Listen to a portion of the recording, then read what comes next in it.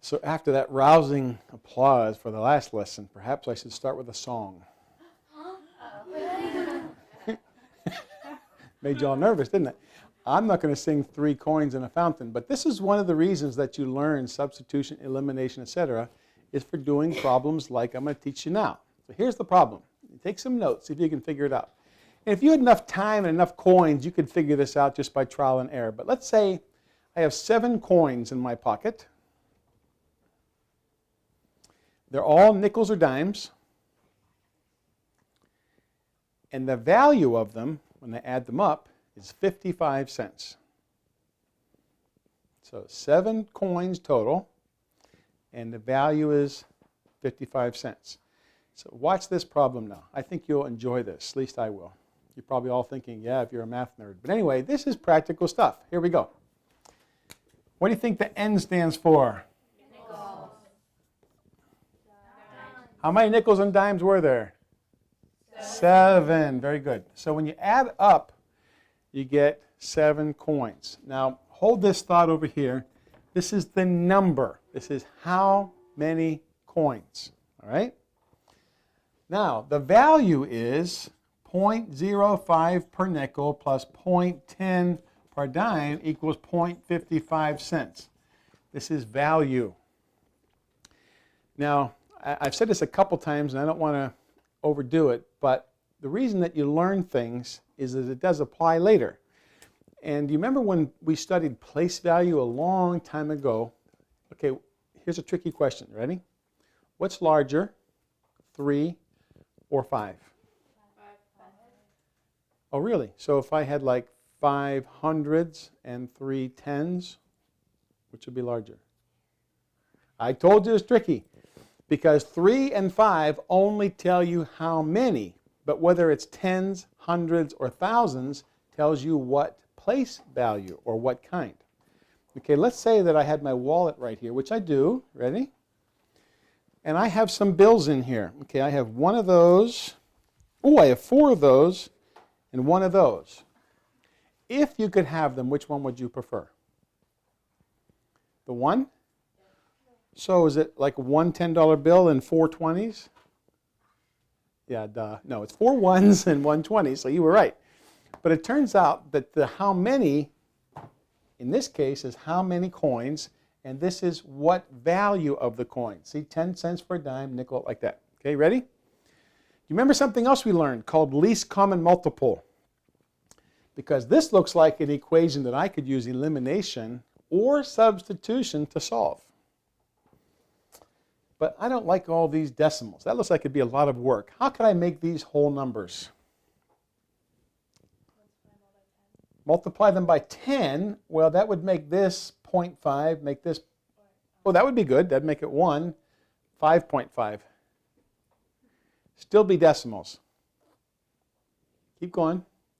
By 100, very good. If I multiply by 100, then this becomes a 5. This becomes a 10, and this becomes 55. That look prettier already?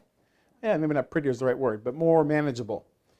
Okay, so now, if I wanted to do this by elimination, which would you like me to eliminate, the N's or the D's? D's? Okay, how do I get rid of the D's? Yeah. Multiply the top one by -10. Very good. Multiply by -10 all the way along. So now I'm going to have -10n minus 10d equals -70, right?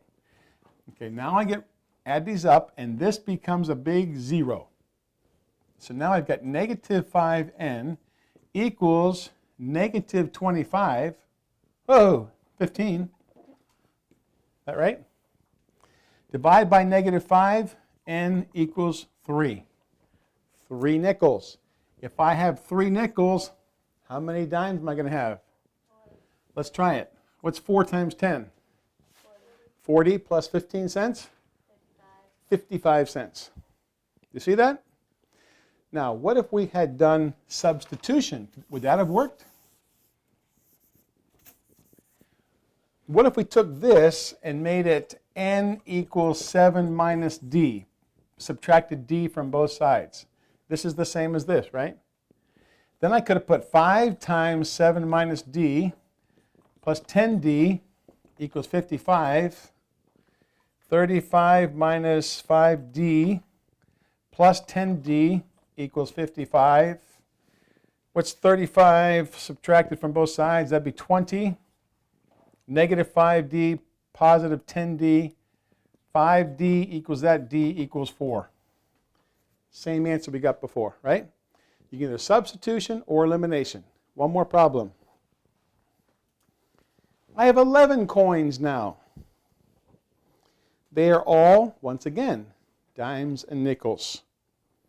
The value of the coins is 70 cents. How many do I have of each? Nickels and dimes equals 11. Nickels plus 0.10 dimes equals 0.70. If you want to hit the pause button, try this problem at home. Come on back. I'm going to first multiply through by 100. This makes this 5, makes this 10, makes this 70. I'm going to get rid of the nickels this time by multiplying a negative 5 up here. So negative 5n minus 5d equals minus 55. Adding these up, 0. 5d equals 15, d equals 3. If d is 3 and had 11 coins to start with, how many nickels am I going to have? 8. Let's try it. What's 8 times 5? 40. What's 3 times 10? 40 plus 30 is? 70. Got it? If you wanted to, you could draw those lines. You could substitute.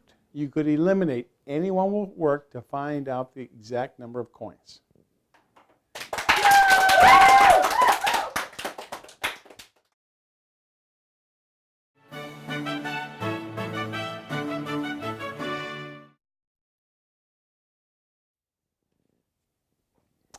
Some more big words for you. Consecutive integers. Remember what an integer is? Integers are like counting numbers, positive and negative, with 0 included. So consecutive integers. Give me 3 consecutive integers. Go ahead. 1, 2, and 3. Give me 3 consecutive negative integers. No, I'd probably say negative 3, negative 2, negative 1, right? Because I'm starting with the smallest and getting towards the largest. But you're probably correct. Okay, now how about this one? 3 consecutive even integers. Besides 2, 4, 6. Let's get a little bit more creative. 10, 12, 14. Okay. How about 3 consecutive odd integers that are negative? Negative 9, negative 7, negative 5. Some other ones. Ooh, negative 19, negative 17, negative 15. Okay. Now, if you were going to describe consecutive integers starting with n, consecutive integers, you know, like 1, 2, 3, or 5, 6, 7, like that, how would I write the next one? N plus 1. What would the next one be? N plus 2, because if I had 5, 6, 7, 5 plus 1 is 6, 5 plus 2 is 7, right? Because there's 1 in between each one. Now this next one, you're going to be a little surprised, I think. At least I was. Describe to me consecutive odd integers if n is the first one. N plus 2. Exactly. Now describe to me consecutive even integers. N. Guess what? Wouldn't you think that the odd ones would have like odd numbers in them? But remember, the odd numbers like 13, 15, 17 are still 2 apart, aren't they? So if the first one was 13, 13 plus 2, 13 plus 4, 13, 15, 17, right? You got to kill that. So odd numbers and even numbers are only 2 apart, right? So if we had, for example, 13, 13 plus 2 would be 15, 13 plus 4 would be 17. Odd numbers are 2 apart. If these were even numbers like 6, 8, 10, 6 plus 2 is 8, 8 plus 2 is 10. So whether they're odd or even doesn't make any difference. It's what number you start with. If it's odd when it starts, they'll all be odd. If they're even when you start, they'll all be even. Got that? Okay, so here we go. Let's say that there are 3 consecutive integers, 3 consecutive integers. So right away, your brain should be saying n, n plus 1, n plus 2. And here's how it works. 3 times the first one plus 2 times the second one, 2 times the third one, is 29. So 3 times the first one, which would be n, plus 2 times the third one, which would be n plus 2, equals 29. So what are we going to do now? We're looking for what 3 numbers that if we take the first one times 3 and the last one times 2, they add up to 29. Okay? So let's just multiply it out. 3n plus 2n plus 4 equals 29. 5n plus 4 equals 29. Subtract 4 from both sides. 5n equals 25. Divide both sides by 5. N equals 5. If n is 5, what are the next 2 integers? 5, 6, 7. Very good. So we got 5, 6, 7. Let's go back and try it. 3 times the first one. What's 3 times 5? 15. Plus 2 times the last one, 14, equals 29. Is that right? You can clap it. No, you don't have to clap again. But we solved the equation. So here's another one for you. Find 3 consecutive even integers. So what do the even ones look like? N, then what?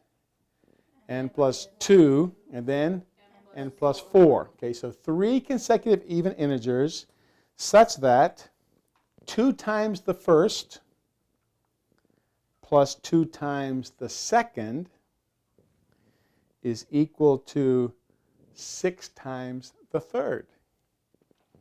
2 times the first plus 2 times the second equals 3 times the third. Or 6 times the third. That's right. So if they're even, that's what it is. So 2 times the first plus 2 times the second equals 6 times the third. Is that right? So we're going to solve it. If you want to pause it and try to work it, you got 2n plus 2n plus 4 equals 6n plus 24. I got 4n on this side plus 4. I've got 6n on this side plus 24. I'm going to subtract the n's and put them over here. Minus 6n is negative 2n.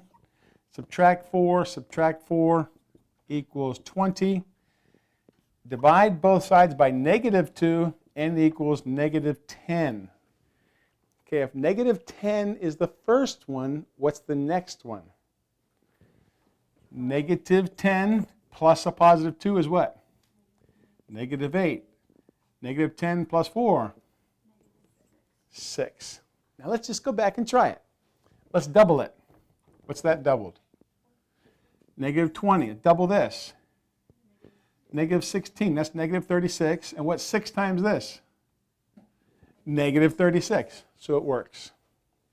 Got that?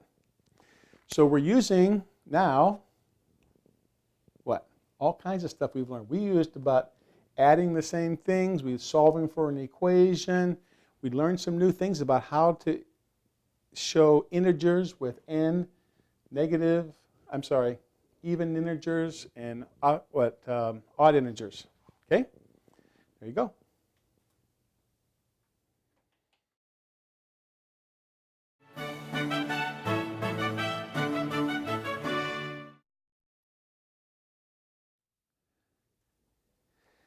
Some of this lesson should be review, but let's just go over it just to make sure. What shape is this? Square. And when we illustrate multiplication, we build rectangles. And what we're doing is a rectangle. Why are you laughing? You don't think that's a rectangle? Okay, a rectangle, what's the definition of a rectangle? It's rectangle, which comes from German, means right angle. So it has 4 right angles. So does that have 4 right angles? Yes, and so it's a rectangle. It's a special rectangle because it's also a square. So a rectangle, though, has factors. And instead of calling these dimensions like we would find the area of a rectangle, we're using this to illustrate multiplication. So this would be how far from here to here? 4. How far from here to here? 4. So it's 4 times itself 2 times, or we could say 4 squared. All right? I didn't used to know that when I was a high school algebra teacher, that's why we call it 4 squared, because we make squares. Okay, so now you're what? Illuminated, enlightened. Now you understand. Now, what is 4 times 4, or 4 squared? How many little blocks inside? 16. So 4 squared equals 16. All right, now let's do a little bit bigger one now. How much is this? Are you familiar with these red ones? Okay, how far across the bottom? How far up the side? So it's 10 times itself 2 times. How would we write that with the exponent? 10 squared. And 10 squared is 100. Very good. Okay, let's keep going. So now we're going to put some little guys on the side. Okay, how far across the top? How far up the side? So that's 11 times itself 2 times, or 11 times 11, or 11 squared. All different ways we can express this. What is 11 squared? 121. Did you know that, or can you see it? It is 121, but do you see 121? Got that okay? All right, let's get a little bit more clever.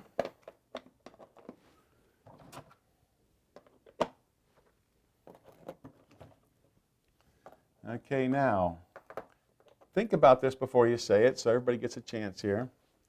I want to know what the factors are. I want to know how to write this with an exponent, and then I want you to tell me what it is, the area or the product. Okay?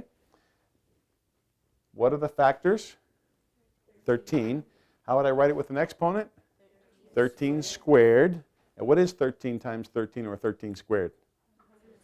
100. 10, 20, 30, 40, 50, 69. Got that okay? Okay, now, squares, 13 squared equals 169. What's the opposite of finding a square of something? Square root, okay? So what if I was to give you 169, and I say, what is the square root of 169, or what number times itself will give you 169, what would you do? You have the blocks at hand. What would you do to solve that problem right there? Fit it into a square, okay?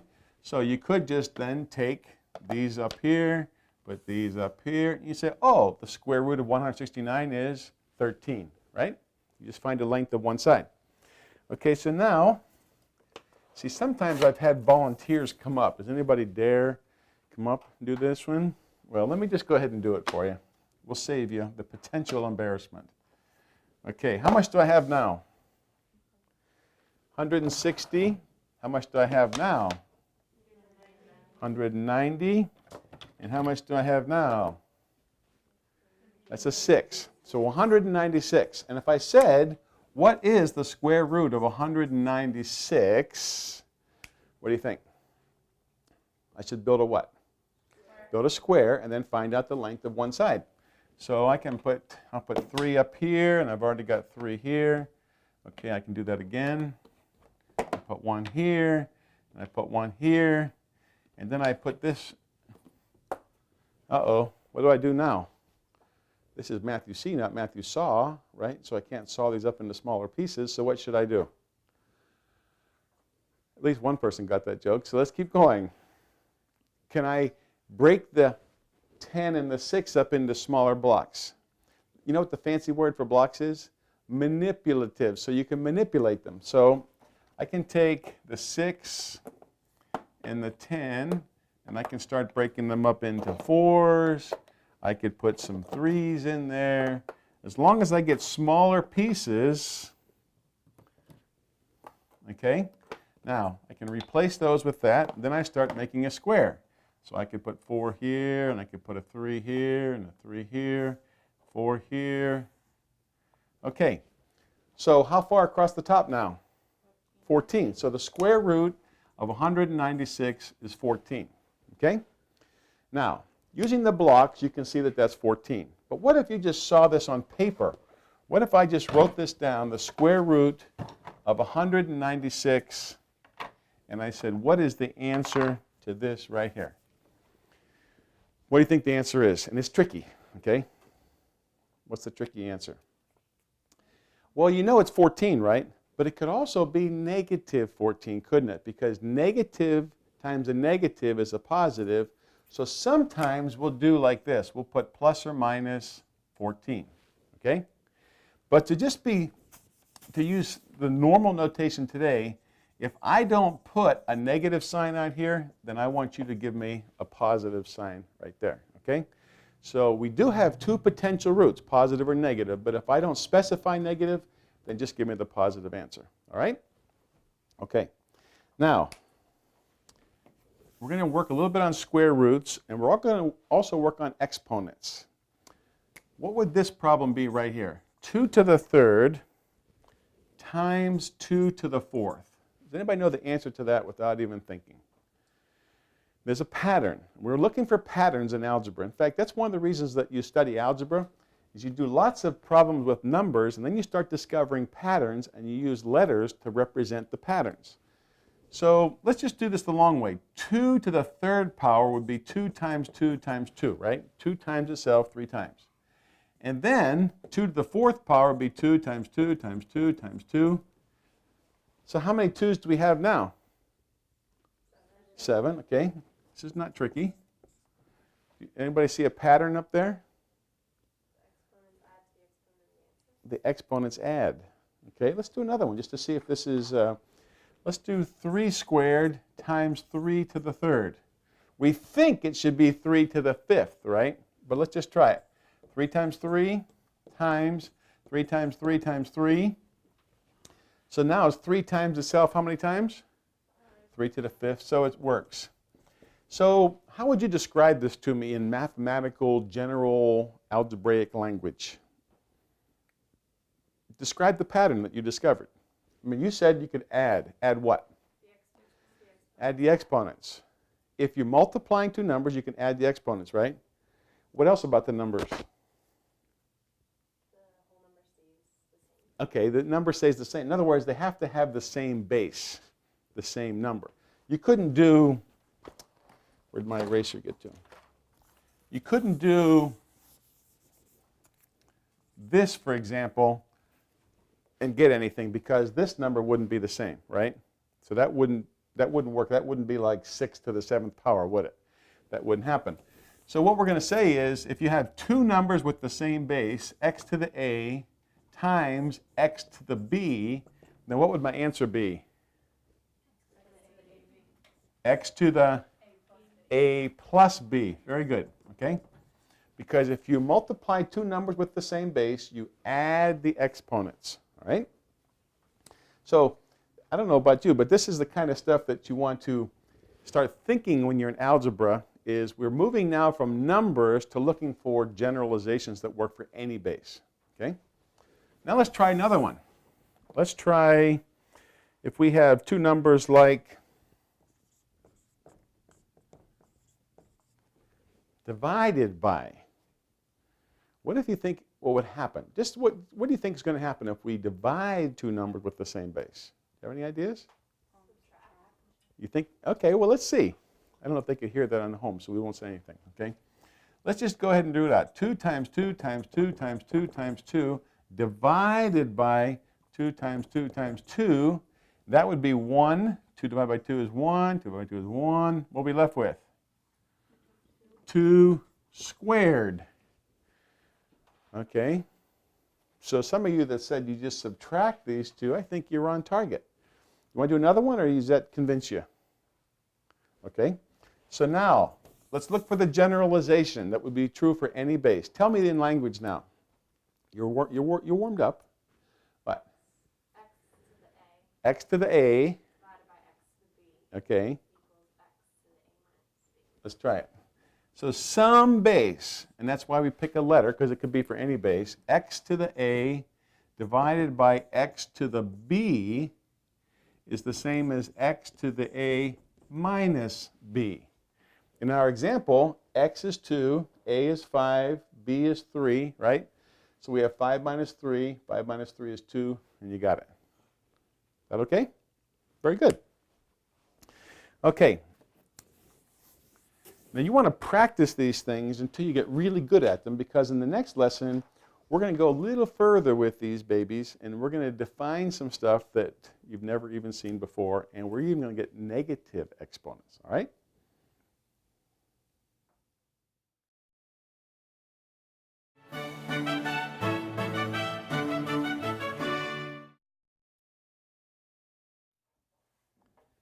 Okay, we want to keep this particular subject as positive as possible, so we're going to start with 2 positive exponents, 2 to the 2nd and 2 to the 5th power.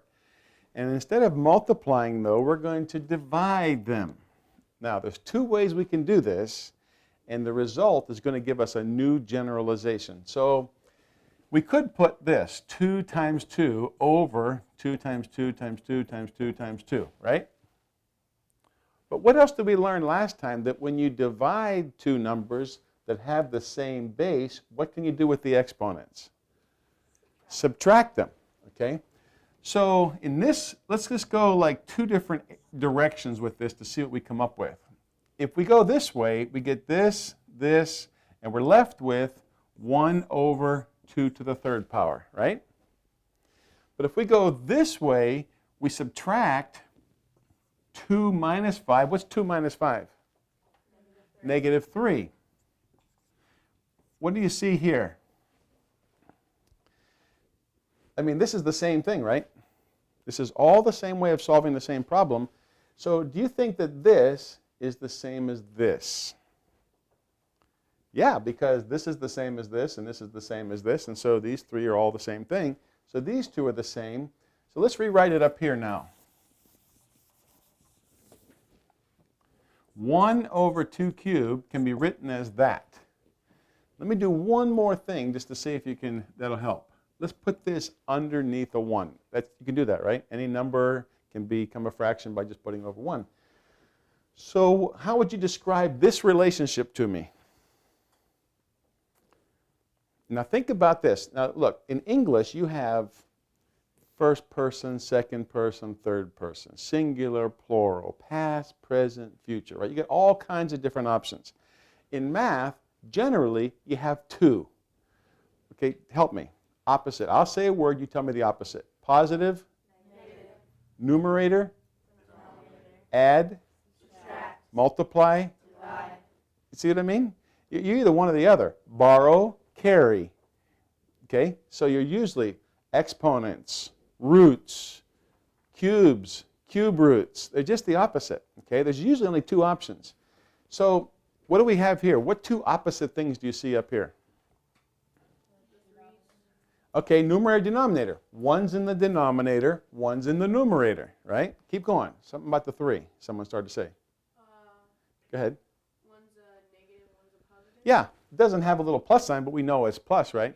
So one's a positive, one's a negative, one's a denominator, one's a numerator. So tell me what we're looking for here. Like a negative exponent reciprocal. That's right. Because if you put it in the other place, you have to give it the other sign. So you use the opposite sign for the reciprocal. There's all kinds of ways you can verbalize this.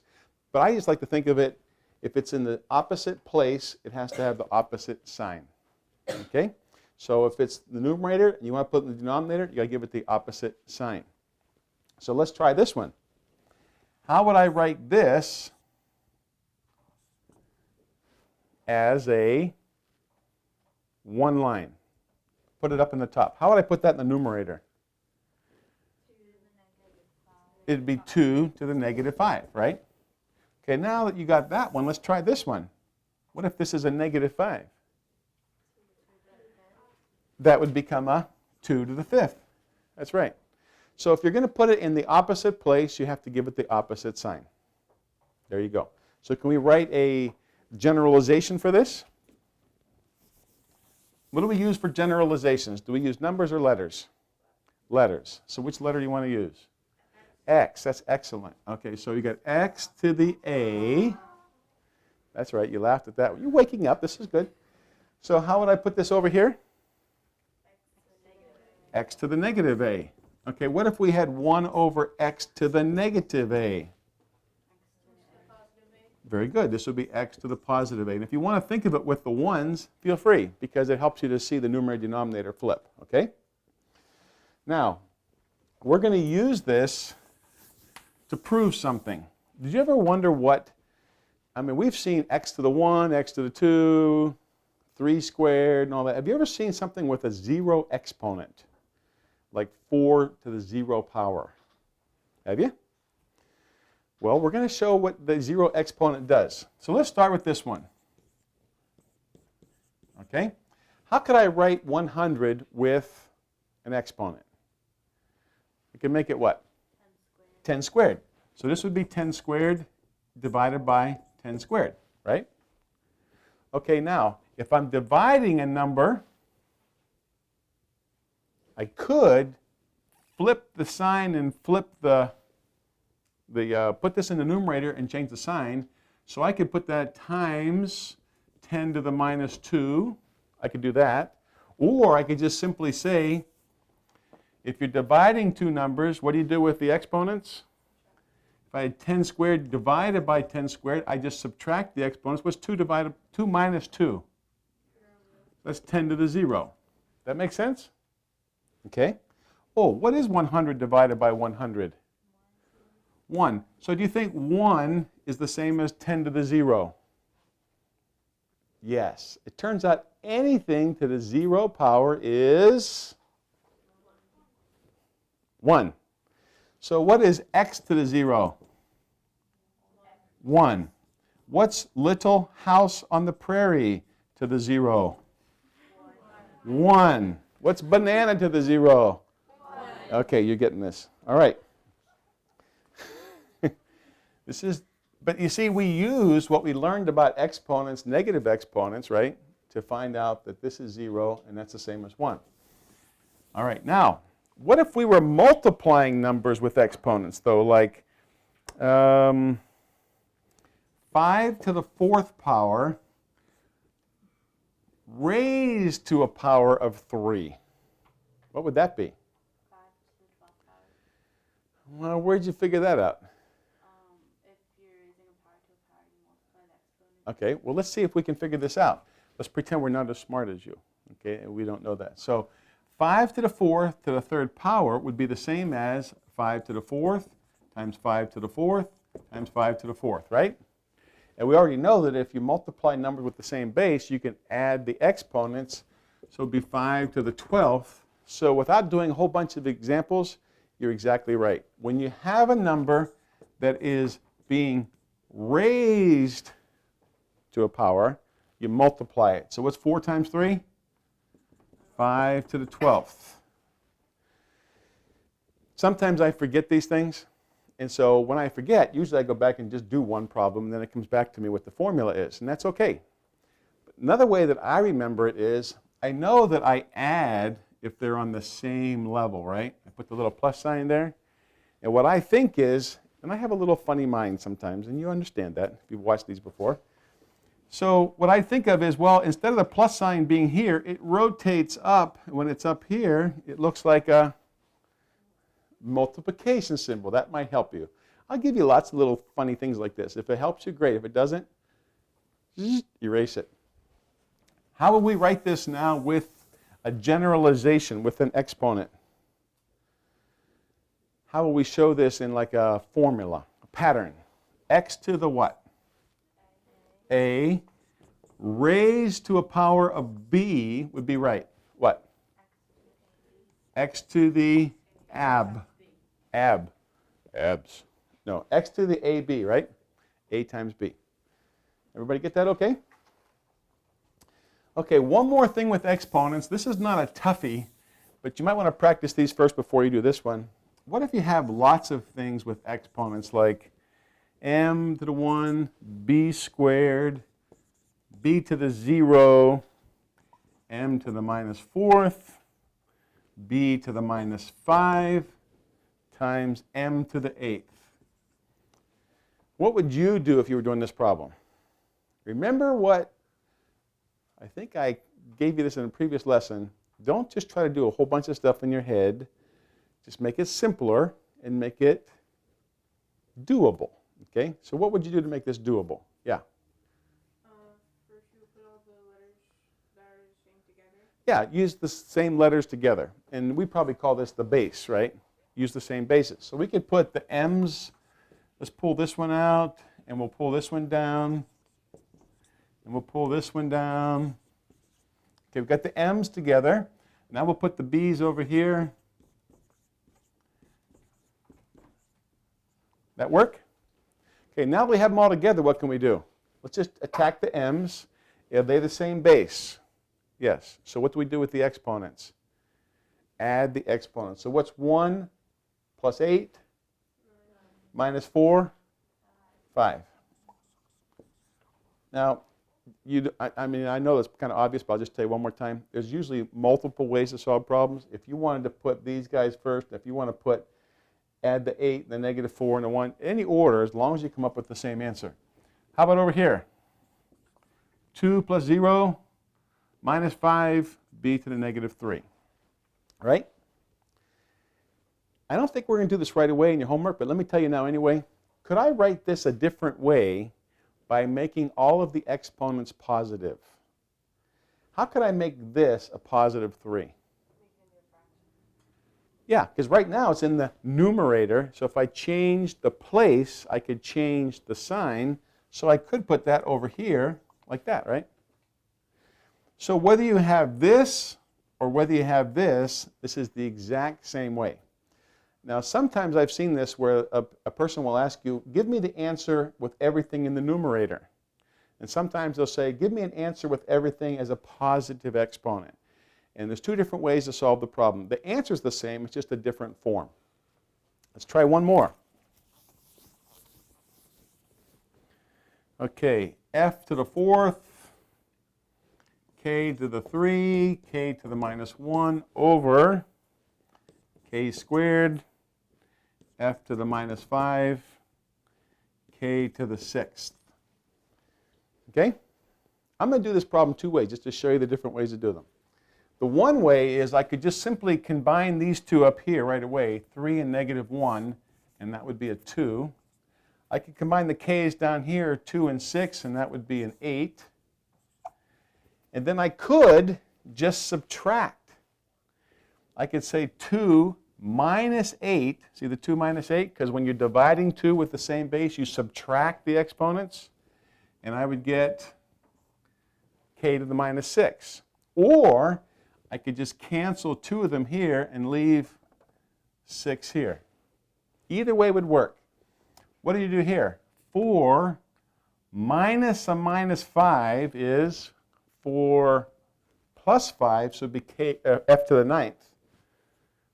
Or I could just bring this up on top and make it a positive, and now I add the exponents and I get f to the 9th, k to the 6th. That was a good one. Or I could put them all on one line and I could say f to the 9th, k to the minus 6th.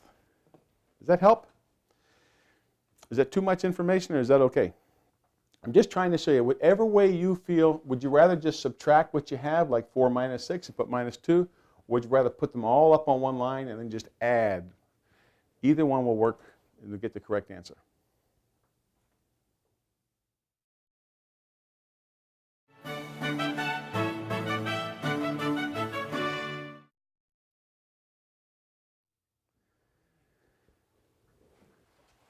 What looks the same up here? The colors. Good. What else? Yeah. The shapes. The shapes. If you were squinty, they'd look the same, right? Okay, you got red, blue, pink. You got red, blue, pink. This is the same shape as this. These are the same shape as this. What's different? You don't have the grid thing. This has the grid, so I can see that that's 100, and that's 5 10s, 50, and that's 3 and 3, that's 6. This is smooth, but we still have 6, right? So let me see if I can show you something that I didn't used to know that was very helpful to me when I saw it, because oftentimes when I was in school, we took algebra, algebra 1, algebra 2, we had them separate from what we would call general math or more practical stuff using numbers. And it was kind of a revelation to me when I saw that this is 100, and this is 50, and this is 6, right? But couldn't I write 100 as 10 squared? And couldn't I write 50 as 5 times 10 to the 1? And now we know I could write 6 times 10 to the 0, right? Because 10 to the 0 is 1. 10 to the 1 is 10. 10 to the 2 is 100. I could even put a little 1 right here if I wanted to, okay? So I have 100, 5 tens, and 6 of the units. Everybody see that okay? Most of the time you don't think about that, do you? You just see 156, and you don't think about the fact that this is all based on 10. That's why we use the word decimal, because it means base 10, based on 10. Now, this one down here, though, how would we write it?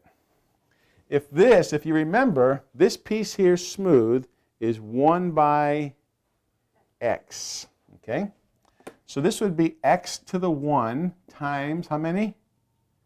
5. And this would be x times x, because this is the same size, right? X, x. And what shape is this? X squared. So we could put this as 1 times x squared plus 5 times x to the 1, and we could put 6 times x to the 0. Okay? So everything here is based on 10. And if we kept going, what would be the next one? Hundreds, and then thousands, 10,000s, 100,000s, millions, etc., right? Here would be x to the 1, x to the 2, x to the 3, x to the 4, x to the 5. So now tell me one sentence. I'll start it, you finish it. Algebra is arithmetic in base x. See, arithmetic in the decimal system is base 10, but algebra is base x. And again, we're looking for a generalization, because if it's true for x, it's true for any base. You could have 2 to the 0, 2 to the 1, 2 to the 2. You could have 16. Do you ever use different bases? Yeah, you do, especially in computers. Okay? So just hold that thought, because algebra and base 10 are very similar. And if you start doing problems like this and it gets a little bit too nebulous or confusing to you, just pump a number in there. Just make sure it's the same number. You could put a 10 in here. You could put a 5 in here. Just make sure it's the same base. Okay? So now we're going to start operating more and more in just base x, which is what most people do when they study algebra. So let's say that you have a problem like this. And in the book we have the picture, but I'm a little limited in my space here how I can do this. See if I can do one more like this, though.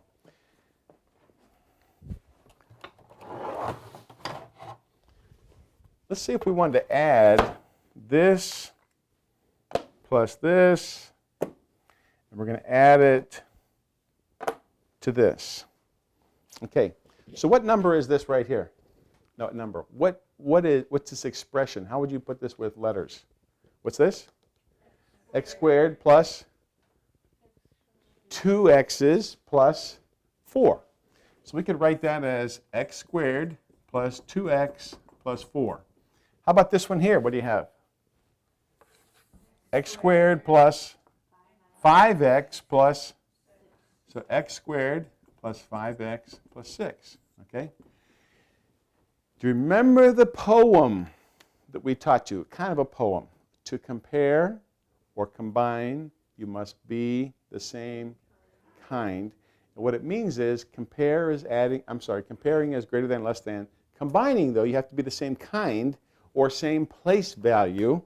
So you can only add units to units, x's to x's, x squareds to x squareds. And that's where the colors come in, if you want. Okay? So what's 6 plus 4? 10. What's 5x plus 2x? 7x. See? 2 plus, we'll sneak them right down here. And what's x squared plus x squared? 2x squared. That's the answer. Can we have 10 in the units place? Yes, because you can't regroup because you don't know how much x is. You don't know how many in each value, so you just leave it. So sometimes you can have 18 out here, 23, negative 25, doesn't make any difference. Because until you know what x is, you've got to leave that as a whole number out there, okay?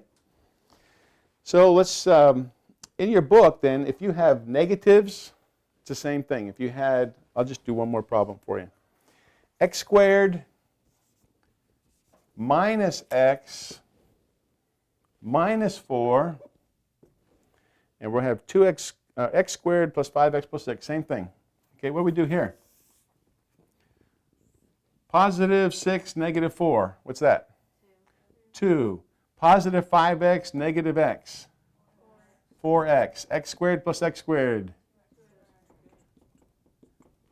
Got it? And you can have negative numbers down here as well. It doesn't make any difference. Okay, now we're going to start not just adding these. I want to multiply some of these. By the way, what do we call these things with that are kind of vague, algebraic things? What's the fancy word? I'll give you the first beginning. Polynomial, right.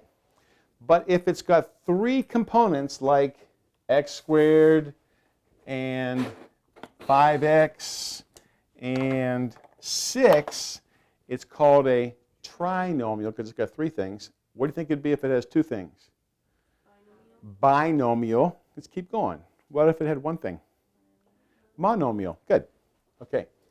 So we're going to show how to multiply binomials. So we're going to build a rectangle that's x plus, let's make it this, x plus 3 times x plus 2. And when you build the rectangle, to make the picture fit the numbers, you have to put the up dimension in the first line. So I'm going to build a rectangle that's x plus 2 up. Okay, so that would be like this. Now look at this and make sure you see that. Does this look like it's x plus 2 up? Don't forget, this is our measuring stick. Everything this long is how much? 1. Everything this long is x. So if we measure this, how far from here to here? X plus 2, right? Okay, now we're going to put this way, and now we have,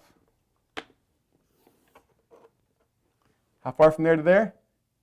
X plus 3, x plus 2. Oh, that's what the problem is, right? Okay. So we're going to multiply. Now, I'll teach you later how to multiply sideways or horizontally in one line. But this is what we've been familiar with for years, so let's just do the same thing. But again, instead of a 10 there, like 13 times 12, 10 plus 3, 10 plus 2, we're going to do it with x's. So what is 2 times 3? 6. You see that right there? 2 times 3 is 6. 2 times, what's that? X. There it is. 2 times x is 2x. So you first multiplied 2 times both. Now we're going to multiply x times this and x times this, or x times both. X times 3, x times x. You see it? Okay, there's one thing we've got to change here before we go any further. We can't add units to x's, can we? And we can't add x's to x squareds, can we? So what do I have to do? What do you think? Give me a suggestion. I have to move these over. Now I have all the units here, I have all the x's here, I have all the x squareds over here. Okay? Now, here's exactly what we do when we write the numbers. We put 2 times 3 is 6, 2 times x is, how much is this? 2x. X times 3. X times 3 is 3x, which is why we have to put it here and not over here, right? Because we can't add 3x to 6. And then the x times x is x squared. So now we have x squared plus 5x plus 6. Is that okay? Are you comfortable multiplying like this? Yeah, and so let's just keep doing this. And whenever you even see the sideways ones, we're going to show you another lesson. You can still go back to this if you're more comfortable with it. It works fine. In the book, I also show you, when I'm not throwing blocks around, that if this was a, how much? A 10, we could replace all the x's with 10. What's 2 times 10? 20. 3 times 10? 30. 10 squared? 100, right? Is that right? 2 times 3, 6. 2 times 10, 20, like that? Let's just keep going. We could take these numbers out now, and then we have 156. It's exactly the way that we multiply now, except you just don't usually take them apart with the tens. And then there's a connection between the tens and the x's. This is a little tricky here because now we have negative numbers here, negative numbers here. So I want to just refresh your mind for a second. How much is this? X. How much is this? Negative x. If we add them together, what's it become? 0. Okay. You sure? This is 0. Looks like something. But a positive x and negative x is 0, right? Okay. Let's keep going now. I want to do this without the blocks first, and then we're going to go back and build it. So what's negative 3 times negative 1? Positive 3, right? Everybody have that? Negative 3 times x. Negative 3x. X times negative 1. Negative x. I put it here or under the 3x? Very good. X times x. Okay, now I'm going to add them up, and I get x squared minus 4x plus 3. You all good with that? Okay. So hold that thought. There's the answer up here. X squared minus 4x plus 3. Okay. But I need this space here for building purposes. So we're going to do the x's here, and it's up x minus 3. So we're going to put this here. We're going to put this here. Going to put this here and this here.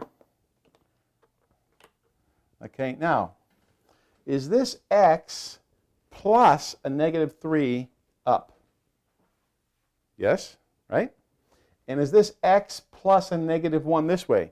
X plus a negative 1 is the same as x minus 1. Agree with that? Okay. The key is what goes up here if I have negative 3 here and I've got a negative 1 here. What would go up here? Remember our problem up here? Negative 3 times negative 1, because a negative times a negative is going to give you a positive. So up here, it's a little confusing until you think about it. Okay? So what you really have for your answer is x squared plus or minus. Minus. These are all negatives, right? So x squared minus 4x plus 3. Get that okay? And that's one of the examples in your book. So I just wanted to make sure you understood that when you look at it. Because sometimes if you had, well, for example, if you had a positive here and you had negatives here, then these would all be negatives, wouldn't they? Because now you'd have a positive 1 times a negative 3 up here. Positive 1, negative 3 would give you a, like that, okay? That would be this problem right here, wouldn't it? Get that okay? All right.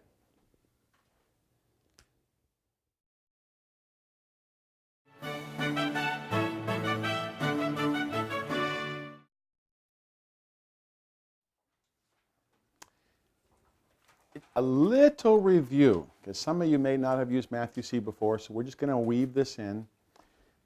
How many blocks do I have up here? 6. Now, if I was to give you the number 6 and ask you, what are the factors of 6? Some of you know, some of you not sure, but all the way you have to do is build a rectangle to find the factors of 6. So there's a rectangle, and there's a rectangle. And so how far from here to here? 2. How far from here to here? 3. So 2 times 3 is 6, right? I just found the factors of 6. Oh, could I do this one too? Okay, how far from here to here? How far from here to here? So that's also the factors of 6. So if you want to find factors, what shape do you build? You build a rectangle and you just read the edges, okay? Because most of the time when you teach multiplication, and we've been multiplying binomials, if you say 2 times 3, you're looking for the answer or the product, which is 6. Or 1 times 6 is 6, okay? But when you're looking for factors, you're going in reverse. I'm giving you the 6, and I'm saying what times what will give me 6? 2 times 3. What times what will give me 6? 1 times 6. You get that? So multiplying is when you're given the factors, you find the product. Factoring, you're given the product, you find the factors. Okay, so now I'm going to give you a product. I'm going to give you, how much is this? X squared plus 1, 2, 3, 4, 5, 6, 7 x's plus 3, 6, 9, 12. Okay, so I'm giving you this. X squared plus 7x plus 12. That's the factors. Now what I want to know is what times what multiplied together will give me this. So what should I do? Make a rectangle. So is this a rectangle? Okay, did I use all the pieces though? No, so it can't be the proper rectangle. Let's just bring them all over here and try this. Okay, well now I could put some of these up here, and I could put some of these right here. What's the problem? I still have this left, so let's just systematically. Now, it's fun when you get good at it and you can start putting the right number of blue ones up on top right away. But if you don't know, just attack it a little bit of time. That won't work, so let's try one more. We put this up on top, put this here, this here. Does that work? Okay, so how far from here to here? X plus 4. How far from here to here? X plus 3. So we just found the factors. So what we have here is we have x plus 3 times x plus 4 will give us this, right? And by the way, we haven't done it yet, but you could also write that as x plus 3 times x plus 4, and you can do it this direction, okay? Either way will work. But the biggest thing is, I used to teach this, and I knew kids would be able to figure out factors, but they never knew what they were doing. What we're doing is, we're given the product, we're trying to find what times what will give us this, okay? Okay, let's try one little different, 8x. But we're going to keep the same last term. So let's leave this up here. So this is the same as this. Let's just give you this one, x squared plus 8x plus 12. Uh-oh, I need to get another x here. What should I do now? This going to work? How about if I put this one down here? Does this work? Well, actually, I think it would if I can just manipulate the manipulatives. How's that? Okay, so what are my factors from here to here? X plus 6, x plus 2. X plus 6 times x plus 2. Does that work? Yes. I want you to look for a relationship now. I want you to look for a pattern. Look at these numbers here, the 7, the 12, the 8, the 12, because we know that x squared, that's the same, right? What changed was the middle term. Same first term, same last term. You see a pattern? Do you? The two numbers in the factors, then you get the last number Okay, so if I multiply the two numbers, the last term, the 3 times the 4 will give me the 12, right? And the 6 times the 2 will give me the 12. Keep going. Multiply the last term to get, right? Multiply these to get the last term. Add them and you get the middle one. Ooh, ooh, ooh. Well, no, wait. Yeah, that's right. Because if you add them, the 3 and the 4, you get 7. 3 times 4 is 12. 3 plus 4 is 7. 6 times 2 is 12. 6 plus 2 is 8. But do you see that with the blocks? Because, see, here we have the 2 times the 6 gave us the 12, right? A minute ago, we had 3 times 4, right? But now you have 6x plus 2x gives you the 8x. And a minute ago, we had, what? We had one up here like this, I think. And so this was 4x plus 3x will give us 7x. Does that make sense? I have to give credit. It was a mom in Georgia, Sue Becker, and she figured this out one morning. She says, "Oh, the factors of the last term give you the addends of the middle term." So here, do this one. X squared plus 13x plus 12. What could that be? Remember, I've got the same, what? Same last term. So something times something is going to give me 12. But then something plus something is going to give me 13. So what are my factors going to be the last term? 12 and 1. Very good. So I'm going to have x plus 12, x plus 1, because 1 times 12 gives me 12. 12 plus 1 gives me 13. You getting this? Okay. That's kind of a neat pattern. And so now I'm going to teach you how to multiply sideways.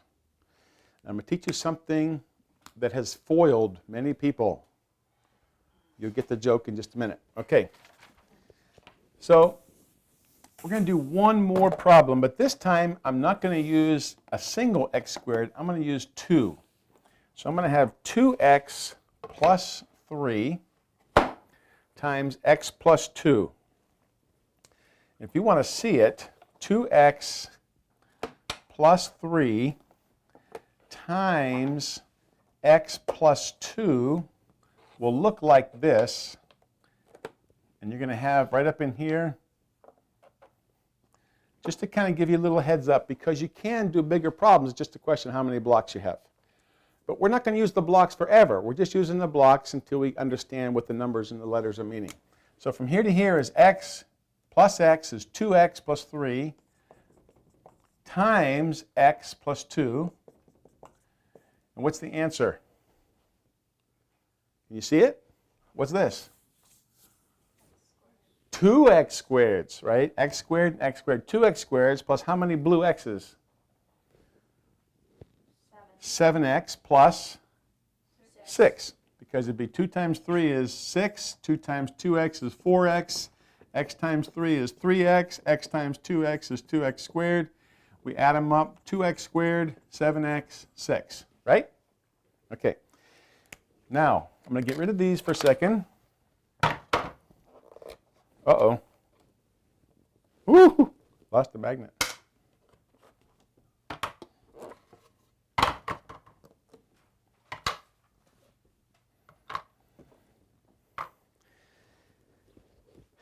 If you got any powers of concentration left, let's use them right now, okay? I'm going to write this. You see this okay, right? Now I'm going to write it sideways. I'm going to put the 2x and the plus 2, 2x plus 3 times x plus 2. I'm going to put them sideways, okay? And you better watch, Mr. Cameraman. We might have to go, we're going to go off the edge a little bit, but we'll try to keep it down here. I could take this apart and do x times this and x times this, which is what you do up here. X times both of these, x times this. Then I could do 2 times both of these, just like we do up here. 2 times both of these. See that? I want to keep this up here so you can see the relationship. So I'm going to do x times 2x plus 3 first, plus 2 times 2x plus 3. Is this the same as this, the same as this? Okay. And you know how I like to do my little arrow thingies, right? Because what we did was we took x times both of these, and then we took 2 times both of these. Okay? We're distributing the x times this, the 2 times this. Okay, now what we're going to do is, what's x times 2x? 2x squared. X times 3, 3x. Oh, that looks very familiar, doesn't it? 2 times 2x, 4x. 2 times 3, 6. We did this times this, right? Now we add them up. 3x plus 4x is 7x plus 6. Is that okay? Okay, now, here's what the FOIL method is. FOIL stands for first, outside, inside, last. 4 problems. And every time you multiply 2 things times 2 things, you end up having 4 problems, right? This times this, this times this, this times this, this times this. Okay. So we started off with this, x plus 2 times 2x plus 3. And the first would be the x times the 2. That's the first term times the first term. X times 2x. That's this one right here. That's number 1. Okay, what's x times 2x? 2x squared. Okay? What's the outside terms? These are the 2 outside terms, so x times 3, which is this one right here, by the way. This is the, I'll put f. Here's the outside term here. And this is 3x.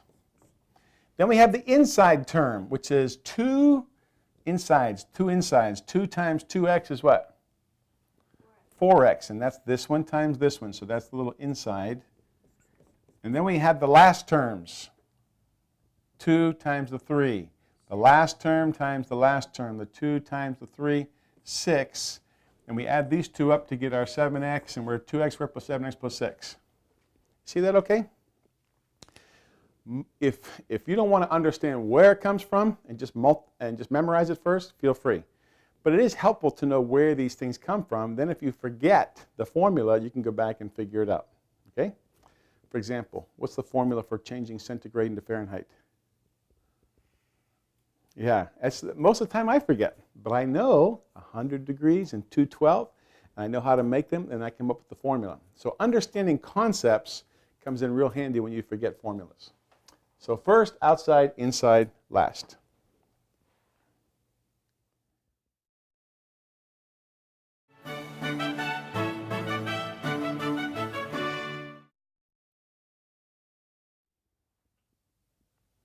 All right, I have some good news, and I have the opposite of good news is what? Bad news. Well, maybe not bad, but it's kind of hard. So here's what the good news. The good news is we can factor trinomials. If they have whole number roots, we can build rectangles and find them. And I just will go back a long time ago, before most of you were born. When I first saw this, I used to teach this in high school. This is a really tough thing for kids to learn, but when I saw trinomials with my eyes, then I saw it. And if you've ever wondered where the name Matthew C. came from, I probably don't lie in bed thinking about it, but it comes from when you see it, hopefully you'll see it. And the only reason I'm using blocks, fancy word manipulatives, is so hopefully it's a better chance for you to understand the concepts of math and not just memorize the rules. Okay? Now, what number is this up here? What number, what expression is this? How many x squareds? 2x squareds plus 7x plus 6. Okay. I want you to find the factors of this. I'm giving you the product. I want you to find out what times what will give me this. Okay? How are we going to do it with blocks? Build a rectangle. So there's not many options for the red ones because it's either here or here, but it's still the same thing. So I could just put a couple here. Let's say I put 5 here and I put 1 each up here like this. Okay, is that going to work? Ooh, that's pretty close. I guess, oh, just one off. What should I do now? What's this mean? Oh, break it. No. We can't break the block. So what we have to do is we have to put this one up here, this one here. Okay, that work okay? I wonder what this meant. Now I get it. Okay, break the block.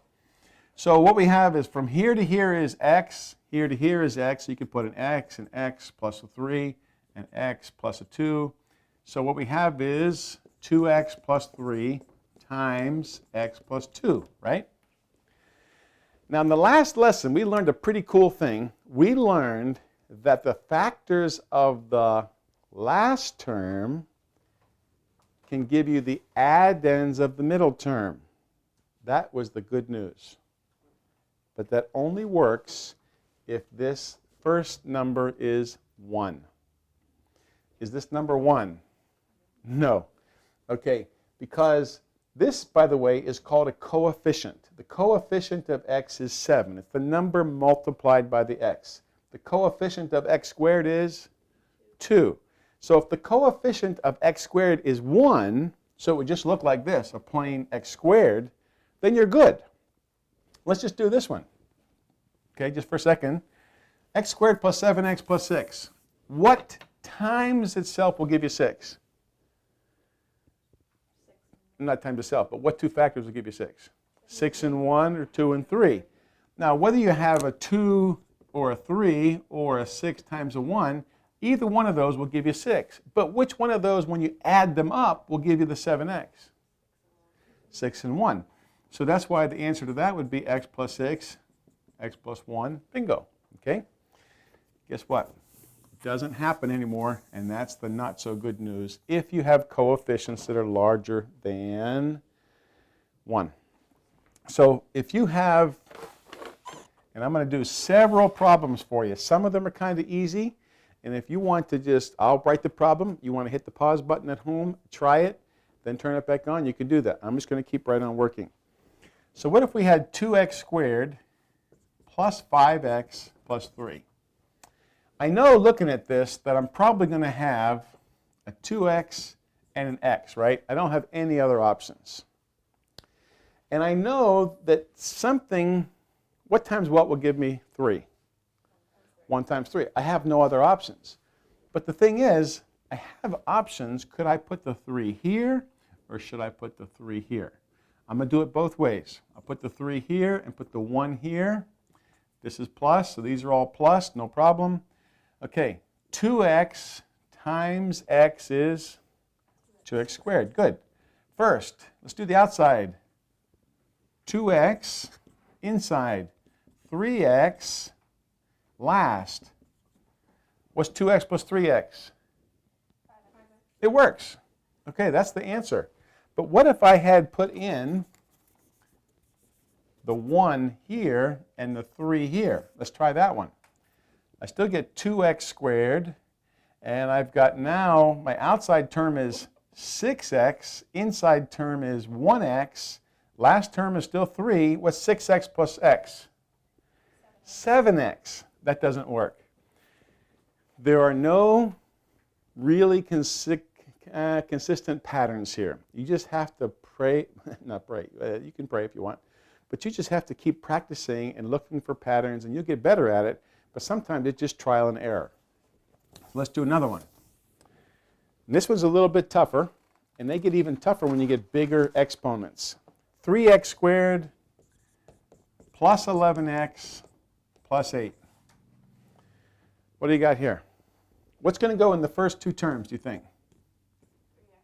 You're going to have a 3x and an x because there's no other options. Now, if this was 6, then I could have 2 and 3, 3 and 2, 1 and 6, 6 and... There's lots of factors of 6, but for 3, there's only 3 and 1, so we're good. Okay, what options do we have for 8? What times what will give us 8? What are the factors of 8? 2 times 4, 1 times 8. Okay? So now I could either put a 1 here and an 8 here. I could put an 8 here, I could put a 1 here. I could put a 2 here and a 4, or a 4 and a 2.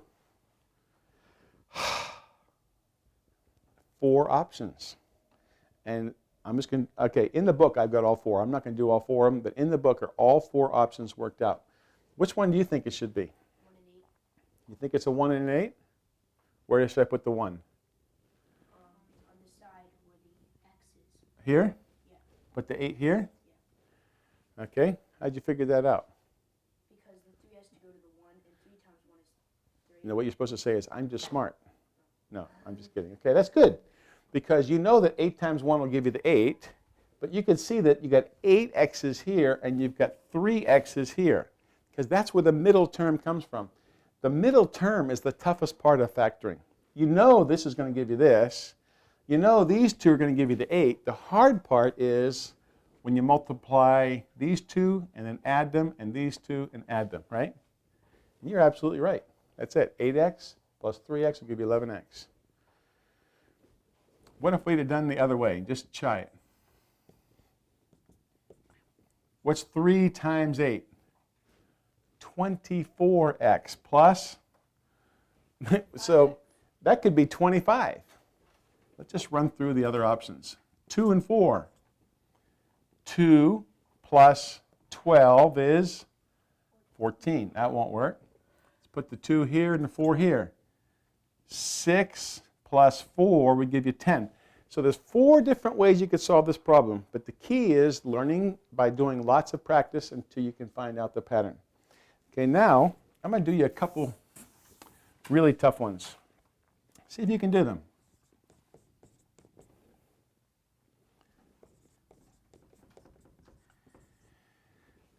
Okay, whew, this one looks tough, doesn't it? It's not. Tricked you. What's the first thing you should do? And I haven't taught you this yet, but I'm hoping you can see it. Is there some number that's multiplied by each of these components? Is there a common factor? Yes. 6x, the 6. 6. So I could take 6 times this, and I could take a 6 out of this and a 6 out of this. So I could make this 6 times x squared plus 6x plus 8. Isn't that right? Because 6 times x squared is 6x squared. 6 times 6x is 36x. 6 times 8 is 48. That work okay? Okay, now, this is an easy problem, isn't it? What times what will give you 8? 2 and 4. 2 and 4. What else? 1 and 8. But which one of those factors adds up to 6? 2 and 4. So the answer would be x plus 2, x plus 4. Okay? Another tough one. 4x squared plus 23x plus 15. Whew. How many different options do you think we're going to have in this one right here? We have a pile of options because I can't take a number out of all of those, can I? Because this is a prime number. Okay, doesn't work. So I could have 4x and x. I could have x and 4x. I could have 2x and 2x, right? So I got a couple different options here. And what times what will give me 15? 3 times 5. What else? 1 times 15. Whew! So I could put in a 3 here and a 5 here, 5 here, 3 here, 1 here, 15, 15, 1. Oh, goodness, I got lots of options. Which one do you think it might be? The 3 and 5. You're just the whiz kid. You think it's right? Yeah. You already been practicing? Yeah. Okay. 3 and the 5. 5 goes on the side with the x. Okay, put the 5 here and the 3 here. Whew. Now, as soon as I wrote that in my little invisible ink, I noticed you're right. How did I notice so fast? If I put the 5 here, I put the 3 here, I know that they'll give me 15. I know these will give me 4x. 3x plus 20x will give me 23x. Very good. Anybody else get that? Want to try some options? We could put the 15 here and the 1 here. What we have now? 32. Okay, so you just have to do all the options until you get it. That's kind of the hard news. The good news is you can't get it because I made the problems up, most of them. Okay.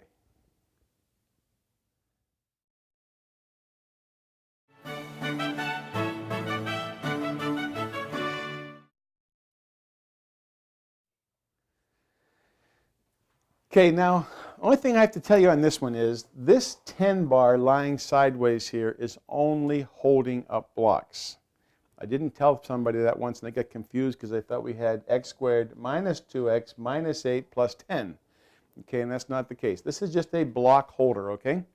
Now your blocks, the ones you're using at home, if you turn them upside down, the back is hollow, right? And the hollow side means subtract or negative.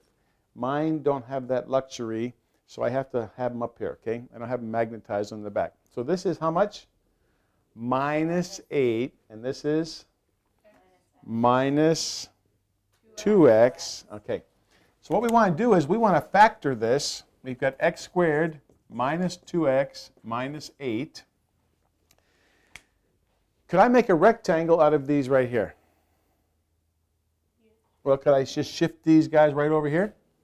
That'd make a rectangle, but where would these guys go? What do you think? Can I make a rectangle out of this? As it stands right now, yes or no? Some saying no, some I can't tell. Okay, so here's the thing. Could I add 0 to this, and would it still be the same thing? Is Tyler plus 0 still Tyler? Yes. Okay. How much is this? 0. Could I add that to this? Okay. So I'm going to do that. In fact, I'm going to do it this way. And I'm going to put these up here. And I'm going to put this one right here. Okay, will that work? Oh, I can use 3 of them up. Okay.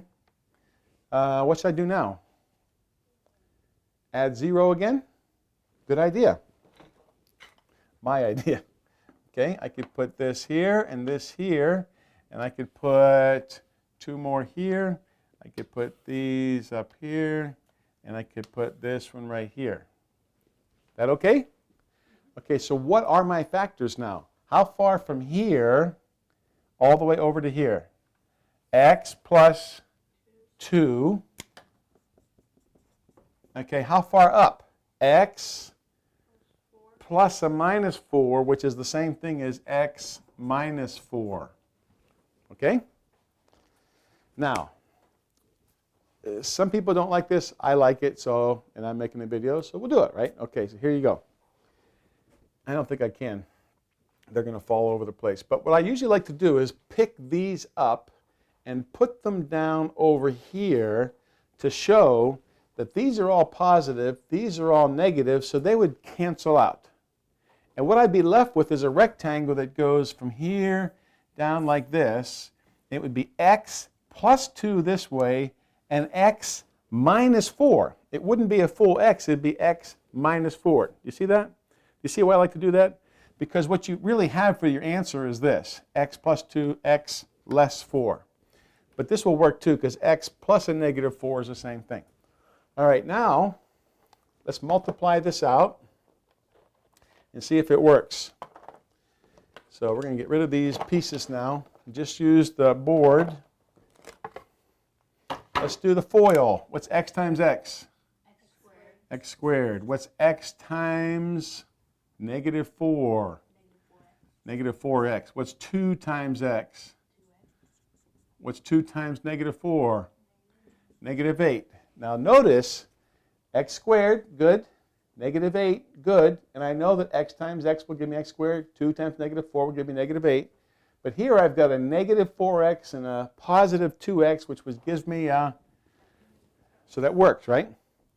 So negative numbers in factoring throws you a curveball, and you just have to think it through a little bit more. So let's try several of these and see if we can discover some patterns. Find the factors of x squared minus 5x plus 6. Now remember, you know that you're going to multiply 2 things to get this. You're going to multiply 2 things to get this, but you're going to add 2 things to get this. Okay? So what do you think is going to go in these things right here? What will go here and here? X. Okay, we're half done. Now, what will go here and here? 2 and 3, or 1 and 6, right? And this is going to be positive. So I could put 2 positives or I could put 2 negatives. Why would I want to put 2 negatives? Because when I multiply 2 negatives, I'll still get a positive, but when I add for the middle term, I'll get a negative here. So I'm going to put a -2, -3. Let's try it. X times x, x squared. -2 times -3, +6. We got that? We got that. -2x, -3x, our outside and our inside, which gives us our middle term, is what? -5x. So that works. Okay? Okay, let's just try some trickier ones now. You try this one. We're going to make this into a 6. Okay. Based on what we saw last time, you know you got your x's. What do you think the sign is going to be in each of these things right here? Why is it going to be a negative? You're right.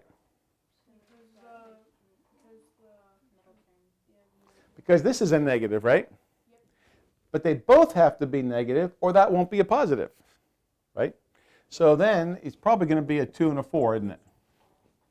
Okay, good. Okay. We could keep doing these, but if it's got a negative middle term and a positive everything else, it's going to be 2 negatives. You get that? Okay. Let's try a little trickier one now. X squared plus 3x minus 10. Okay? So here we're going to have the x's again. This is negative.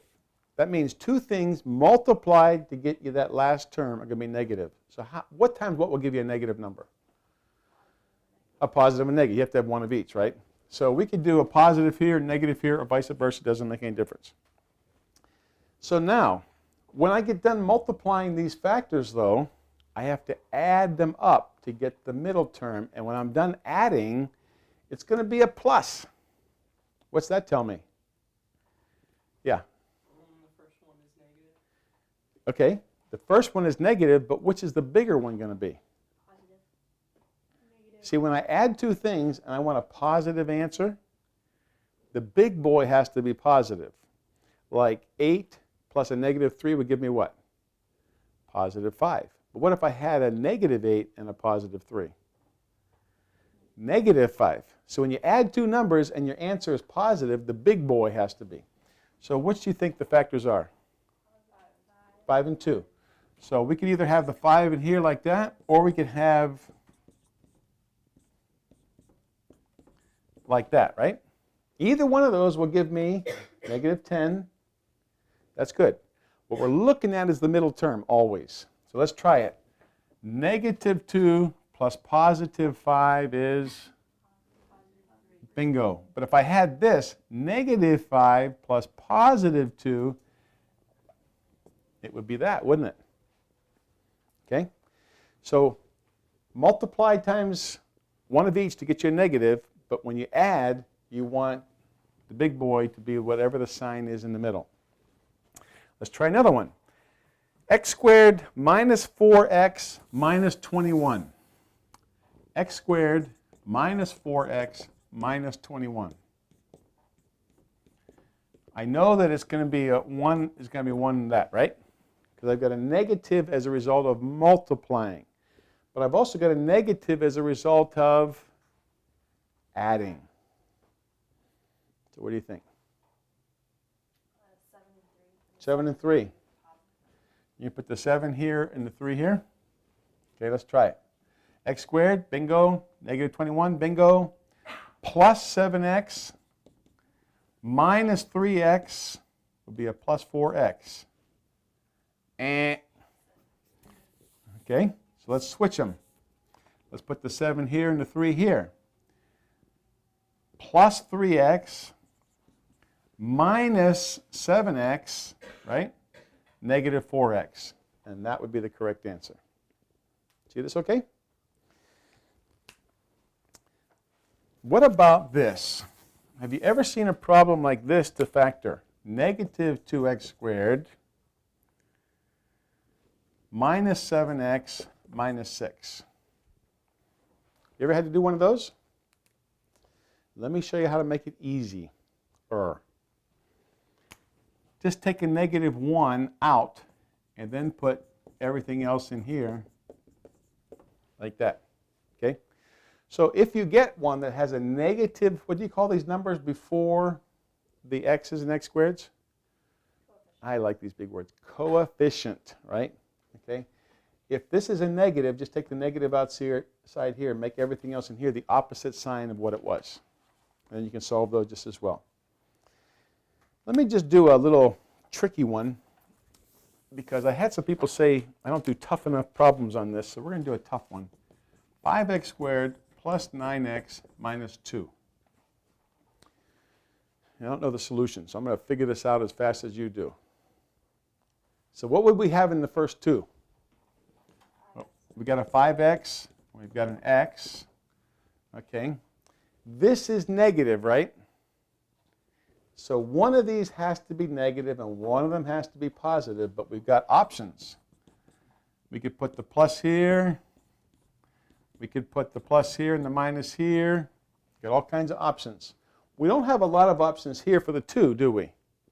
I mean, it's 2 times 1. So the question is, does the 2 go here, 2 go here, 1 here, 1 here, 2 here, 1 here, blah, blah, blah, blah. You think you know? So you're going to save me the work of doing this myself? Go ahead. The 2 goes with the positive x on the lower one. Okay. And the 1 goes with the 5x. Okay. Let's just do this while we're at it, just so we can see the options, okay? Let's do the first one first. 5x squared, no problem. Negative 2, no problem. Negative 10x, positive 1x would be a negative 9x. No. So we have positive 10x, negative 1x for our middle term. That would be a positive 9x. Very good. That's the solution. Thank you. You saved me some brain power.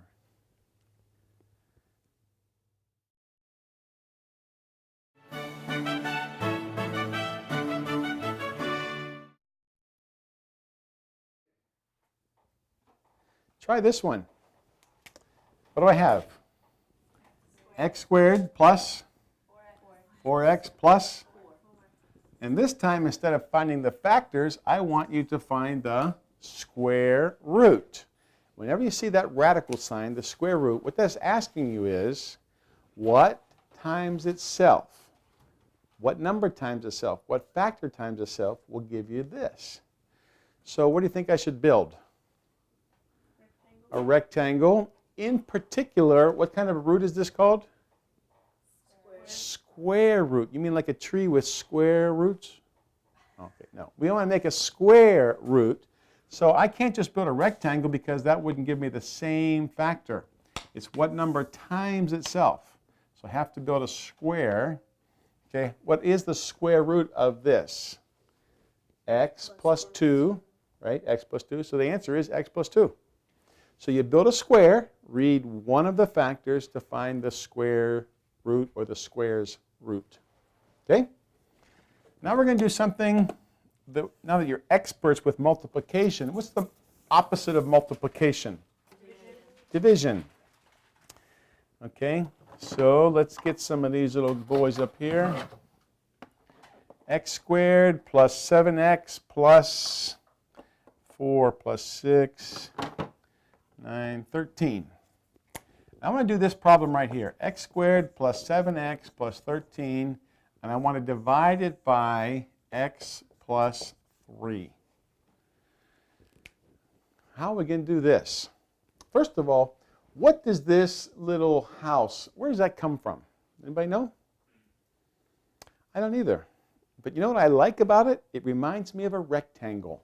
And the rectangle has the factors are on the outside, what times what, and the product is on the inside, right?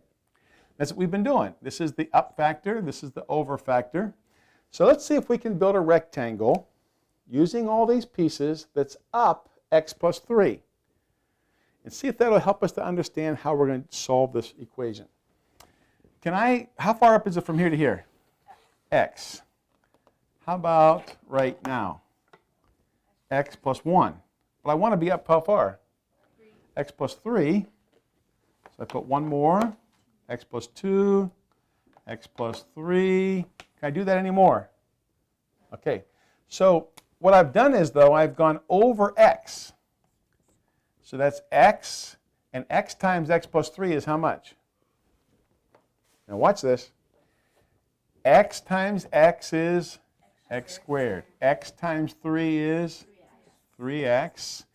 And when you subtract, which is what I'm going to do, it makes everything the opposite of what it is. So now I have how much here? 0. 7X minus 3X is 4X. How much do I have over here? And that's exactly what I got left over here, folks, right? Okay. So now, how many X plus 3's can I take out of what's remaining here? Well, there's 1. There's another one. There's another one. There's another one. Oops. Got an extra one. So how many of these did I do? 4. So you put the 4 here. 4 times X plus 3. 4 times X is 4X. 4 times 3 is 12. And then I'm going to subtract. So it makes everything negative. And I've got 1 left, right? Now what do I say? Remainder 1. You can have remainders in trinomials and binomials the same as you can in real numbers. Okay? Now let's use that to do some problems that maybe are even too big for my blocks. But we learned some things using the blocks that now we can apply to other numbers. So we're going to try this problem now. 4x squared plus 4x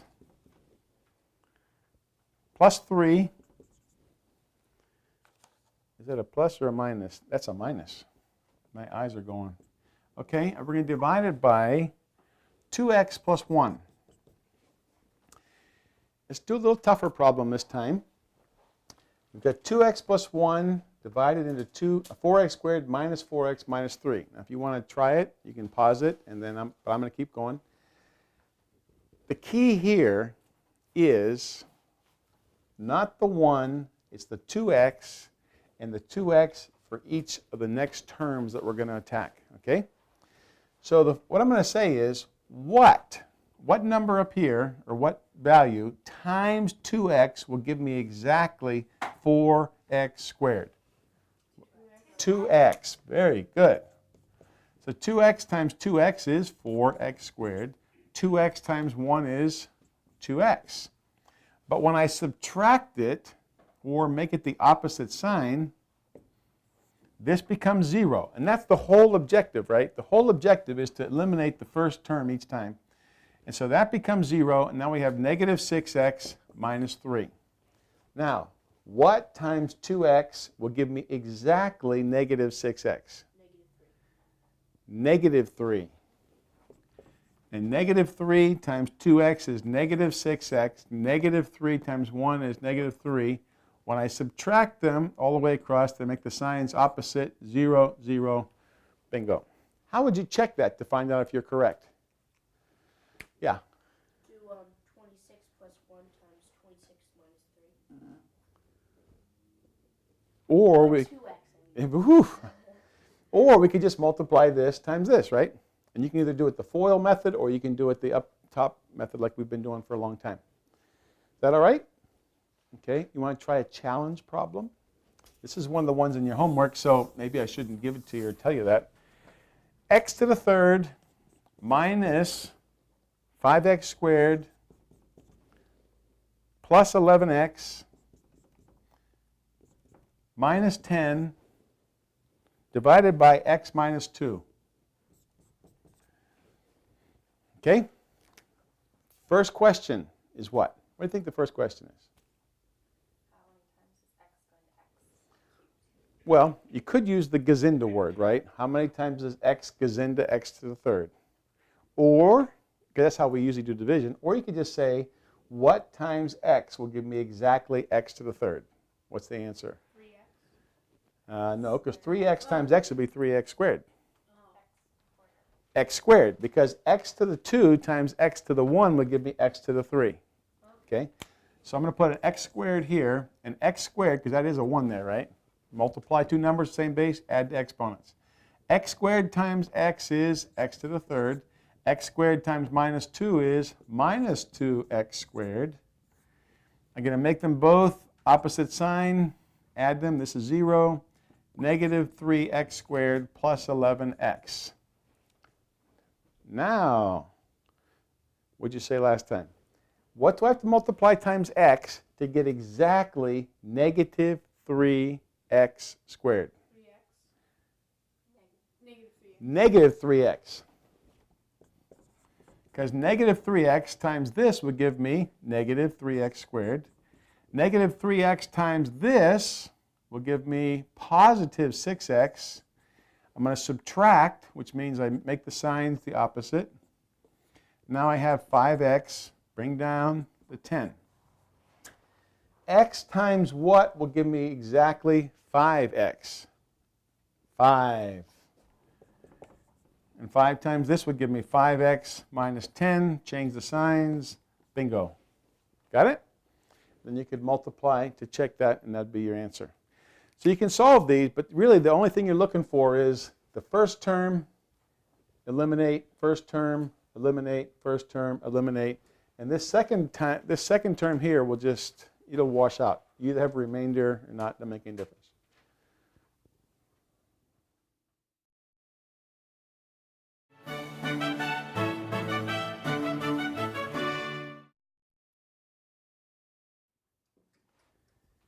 Once again, this is nothing but a what?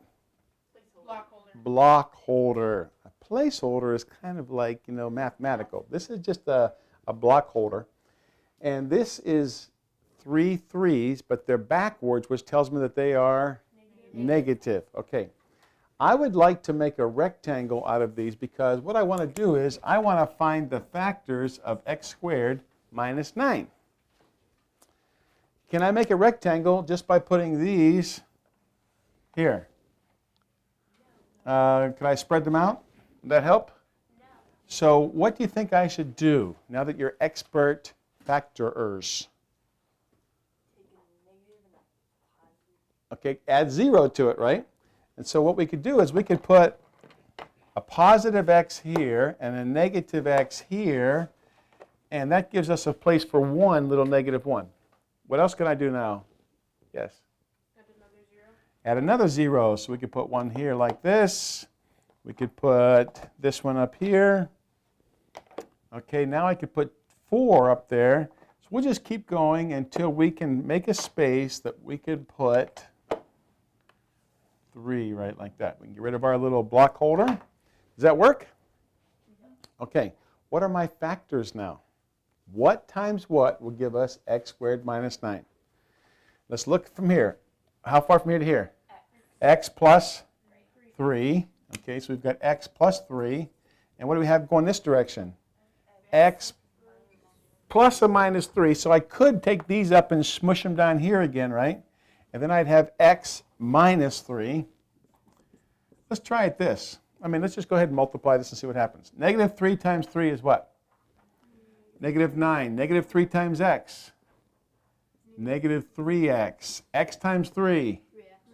3x. X times x. X squared. Watch what happens. X squared minus 9. What is all this here? 0. Because this and this add up to 0. Correct? Let me just do this one more time. But this time I'm going to do it multiplying horizontally. So I've got x plus 3 times x minus 3. The x times the x gives me x squared. X times the negative 3x. X times the 3. 3x. 3, negative 9, right? And what's this come out to right here? 0. Okay, we call this the difference. What's difference mean? The answer to Subtraction. Whenever you say difference, you're thinking subtraction. Whenever you say sum, you're thinking addition, right? Okay, so the difference of two squares. Because when I had this, before they fell all over the place, what I started with was a little square. What's that? Okay, that's 3 and a 3 makes the negative 9. Then I had this, right? X squared. So what I had is I had the difference of two squares. 3 squared. This could be in the blooper video, right? 3 squared, x squared, and this is the difference of two squares. So whenever you have the difference of two squares, now look at this and see if you find a pattern here. X squared minus 3 squared is equal to x plus 3 times x minus 3. Because this is a negative, one of them's got to be positive, one of them's got to be negative. Because it's a square, you know that that's going to be a 3. You know that that's going to be an x, right? And this works. Let me give you one to try yourself. This is in the book, but try it before you do. What's x squared minus 4? What are the factors of x squared minus 4? What do you think? X plus 2 and x minus 2. X plus 2, x minus 2, because I could write 4 as 2 squared.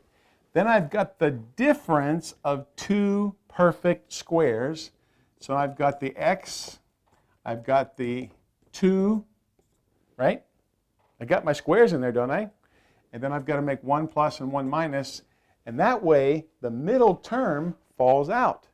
This time I'm going to have, got my x squared, got my minus 2 squared, plus 2x minus 2x, no middle term. And that's the thing that's tricky about these difference of two squares is you don't have a middle term. There's no x's here, right? So can we write something that would be a generalization? Something squared minus, because it's the difference, let's just do a. Would that work? Could this be y, b, anything, right? Okay, so let's try it. What is x squared minus y squared? What would be the factors? X plus y, x minus y. Exactly. Because these are the squares on the outside, right? The first and the last term, and there's no middle term because this would give you positive xy, negative xy, 0 xy's. Okay. The difference of two squares is really helpful for lots of different things. Let me just do one backwards and see if you can figure that out.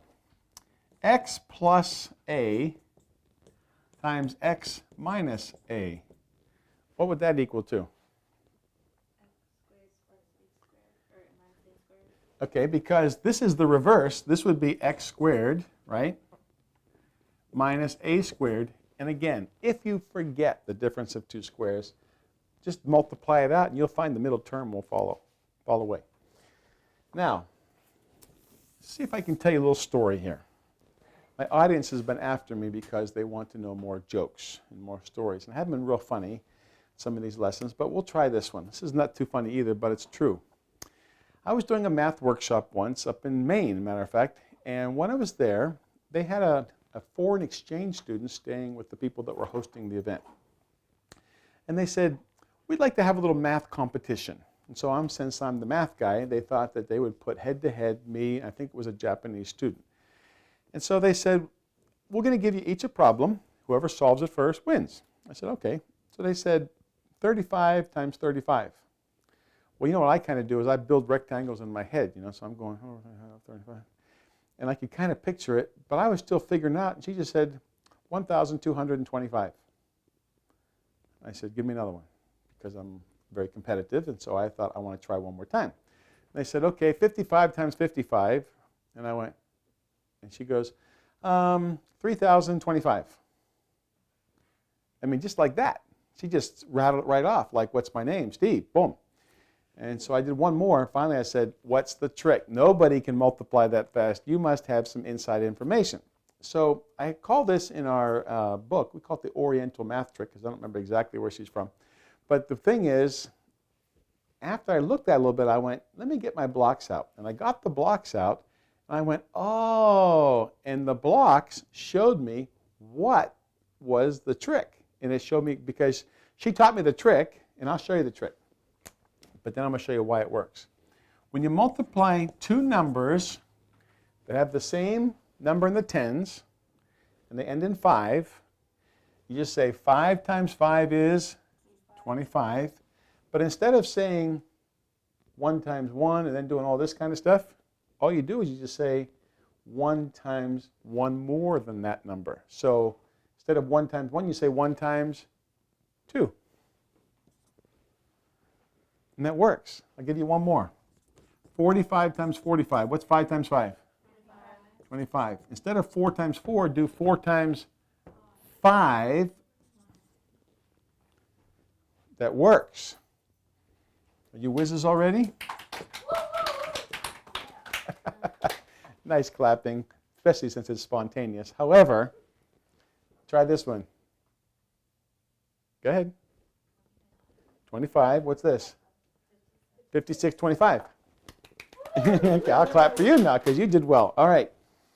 Now, the thing is, I like to know why things do what they do and not just memorize formulas, but apparently they teach them this in school. You memorize all the perfect squares, 15 squared, 25 squared, 35 squared, etc., which is nice when you start estimating big numbers to have that in your repertoire. But I started thinking, I want to know why this works. So here's what I did. I built it. I got out. Let me move all these blocks. We're going to go back to base 10 for a little bit here. So I've got 10 by 10, but I want to get 15 by 15.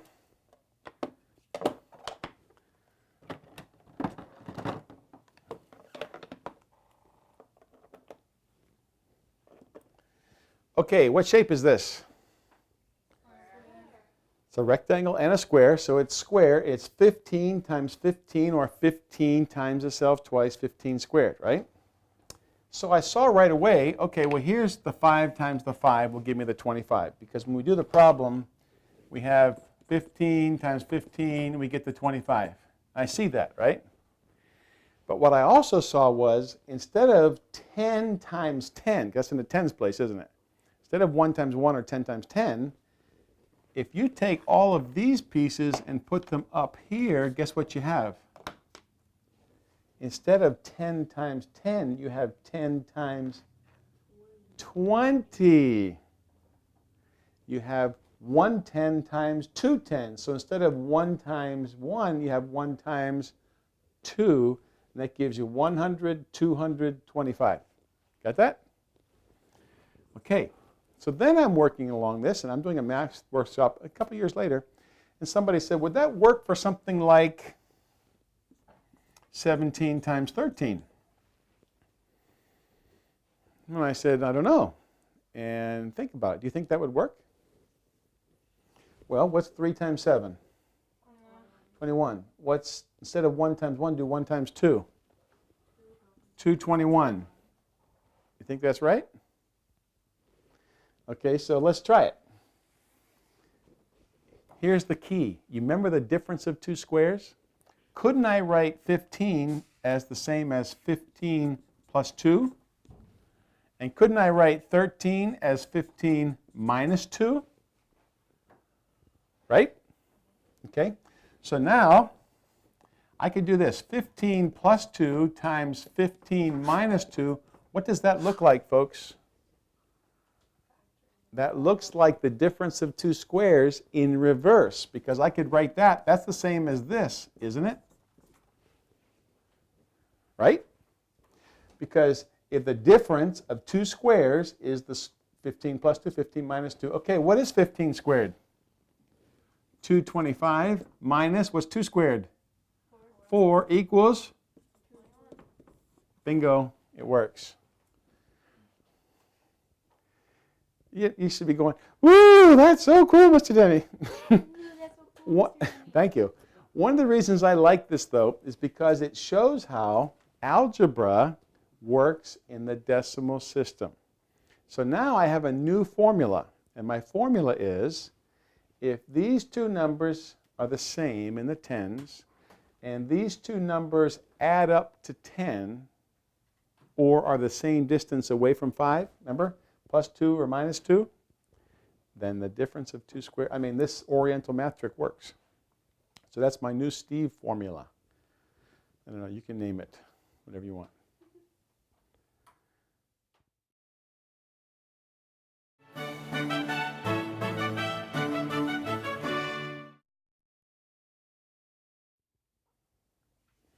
How would you find the factors of a large expression like this? Well, let me just do a little review. Do you remember when you had to find the factors of a number like this? Find all the prime factors. So give me the factors. You ever do a factor tree? It's kind of not really trees. You're really making the roots. But okay, so what do you do first? What times what would give me 30? 15 times 2? Okay. 2 is a prime number. Is 15 a prime number? What do you do now? 3 times 5. So what you did is you factored it one time, and then you broke this up into smaller factors, right? So your final factors are 2 times 3 times 5, and that's 6 times 5, 30. That works, okay?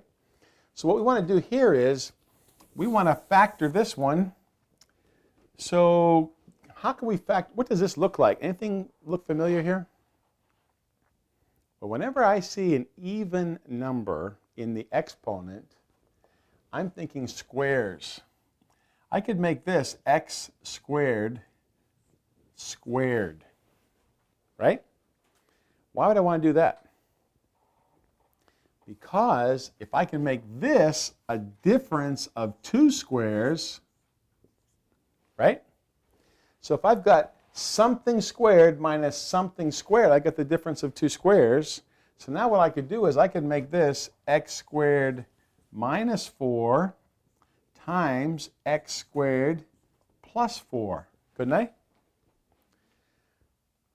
Now, am I all done? Are there any factors of this? Nope. You can try if you want, but there aren't any. Okay, how about this one? Is this the difference of 2 squares? Can I make this 2 squares? Okay, can I make 4? Is 4 a square? So I could make this 2 squared. Now I've got x plus 2, x minus 2 times x squared plus 4. Okay, I'm all done now. Okay, so now I found all my factors by doing repeated factoring. So sometimes when you do your first factors, you're not done. You have to keep working at it. Just like we had 30, we weren't done when we got 15 and 2. We had to do 15 again. Okay, so let's try another one. And there's several examples in the book, but I'm going to jump right in and do some tricky ones for you. Let's try this one. 3x to the third minus 12x. What do you think I should do first? Let me give you a little tip. Before you start factoring, always look for a common factors. Are there any numbers that go into both of these? Yes. Well, let's do the 3 first. So now we have 3 times x to the third minus 4x, right? Because 3 times this is this, 3 times this is this. Now, you also said x, because there's an x in both of those. So I can make a 3x times x squared minus 4. Am I all done? Who's shaking their head no? So what should it be now? The difference of 2 squares, because I could make this 2 squared. So I have 3x times x minus 2, x plus 2. How's that? So now I have all my set of factors. Okay, now we're going to do some trickier ones. Let's do negative 3x to the third minus 12x squared plus 36x.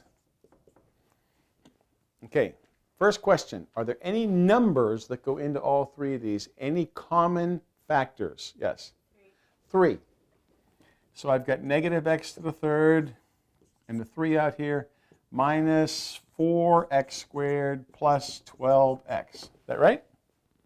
Okay, now, are there any more numbers? No. How about x's? Are any x's all the way through? How many? Just take 1 out. So we've got 3x now times minus x squared minus 4x plus 12. But remember what we said a long time ago? Whenever you have a negative in here, what do you do? Multiply by -1. Put it out here. So we're going to make this a negative, and then this would become positive. This would be positive, but then this would be negative. So now we've got this, and we're going to have x. Something is plus, something is minus. We know that, right? So which do you think it's going to be? We want to be done. We want to have a negative, so that's why we had to have one of each. But the positive is the big boy, so 6 and 2. I think we better put the positive with the 6, because we want a positive 6x, and a negative 2x would give us a positive 4x. Okay? Is that okay? All right, let's do one more. 5x to the 5th minus x to the 4th minus 6x to the 3rd. Are there any numbers that we could take out of all three of those? No. So are there any x's we can take out of all three? Yeah, we could take x to the 3rd because that's the smallest one. That's the little clue. So we'll do x to the 3rd times 5, what there? X squared minus x minus 6, right? Okay, now we got one of our little friends to do. Going to have the 5x here, going to have the x here. One of them's got to be negative, one of them's got to be positive. How are we going to do it?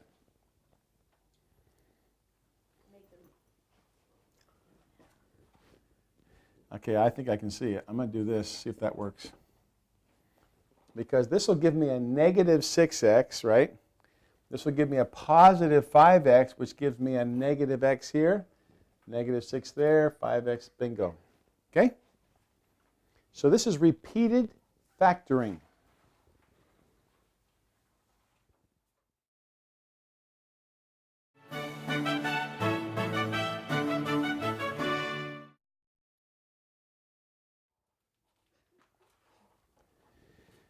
Do you remember the first time that I saw factoring with blocks?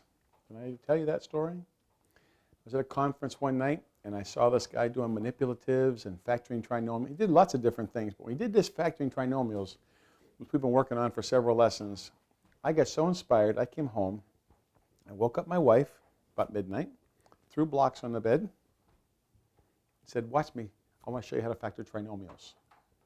Now, she'd been asleep for several hours, and we're still married. We had our 29th anniversary this year, so she didn't throw me out. But I was quite inspired about this. And then in the morning, my guys were pretty little guys then, but I still taught them how to do it. And I saw something about the blocks. But my wife asked me one question that night. She said, why do we need to learn this? And at the time, I didn't know. All I knew was it was really slick. Okay, but this is why we have been working so hard on factoring trinomials. Sometimes we have equations, because before, you notice it wasn't x squared plus 5x plus 6 equals something. It would just take the expression. So now what we're going to do is we're going to solve for an unknown here. We're going to find out what value of x makes this equal. And the easiest way to do it is to subtract 2 from both sides. So we have 2x squared plus 3x minus 2 equals 0. Uh-oh. If we could make something times something equal 0, then we could solve for what the somethings are. So let's go ahead and factor this. 2x, and we've got the x equals 0. Now I'm going to say better put the plus 2 here and put the minus 1 here. Does that work? We get 4x minus x positive. Does that look right? Okay. Now, again, you got to stop and step back from this and think about what we're doing here. We have something, and if there's no symbol here, 2 parentheses means times, right? You've got something times something equals nothing. So forget about x's and y's for just a minute and just think. If I have something times something equals 0, something times something equals 0, what do I know about these things here? They equal 0. One of them has to be 0, because I could have, like, this one could be 9, but if this one's 9, what's that got to be? 0. It's got to be a 0. So either one of them has to be 0, or both of them have to be 0, because 0 times 0 will give you 0, right? So does everybody get that? So either one of them has to be 0, or both of them have to be 0. So what we're going to do is, based on that, we're going to just say, okay, if 2x minus 1 equals 0, and if this, x plus 2 equals 0, now we'll solve the equation. If x something plus 2 equals 0, then x is probably negative 2, right? Let's try this one. If 2x minus 1 equals 0, 2x would equal 1, x would equal 1/2. So I think that if I put in 1/2 for this x, and folks, this is what we're trying to do. We're trying to find out what value of x would make this equation equal, right? So let's put in 1/2 and see what happens. What's 1/2 squared? A half times a half is a fourth. Plus 3 times a half would be 3/2, which is 1/2, equals 2. What's 2 times a fourth? A half. What's a half plus 1/2? 2. Okay, this one works. Let's try it again. Let's try x equals minus 2 now. What's negative 2 times negative 2, or negative 2 squared? 4. What's 2 times 4? 8. What's 3 times negative 2? Negative 6. What's 8 minus 6? 2. That works.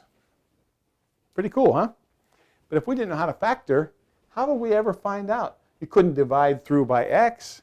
You couldn't subtract an x squared from both sides because we wouldn't know how to solve this. So factoring is our tool to help us to factor and find the answer.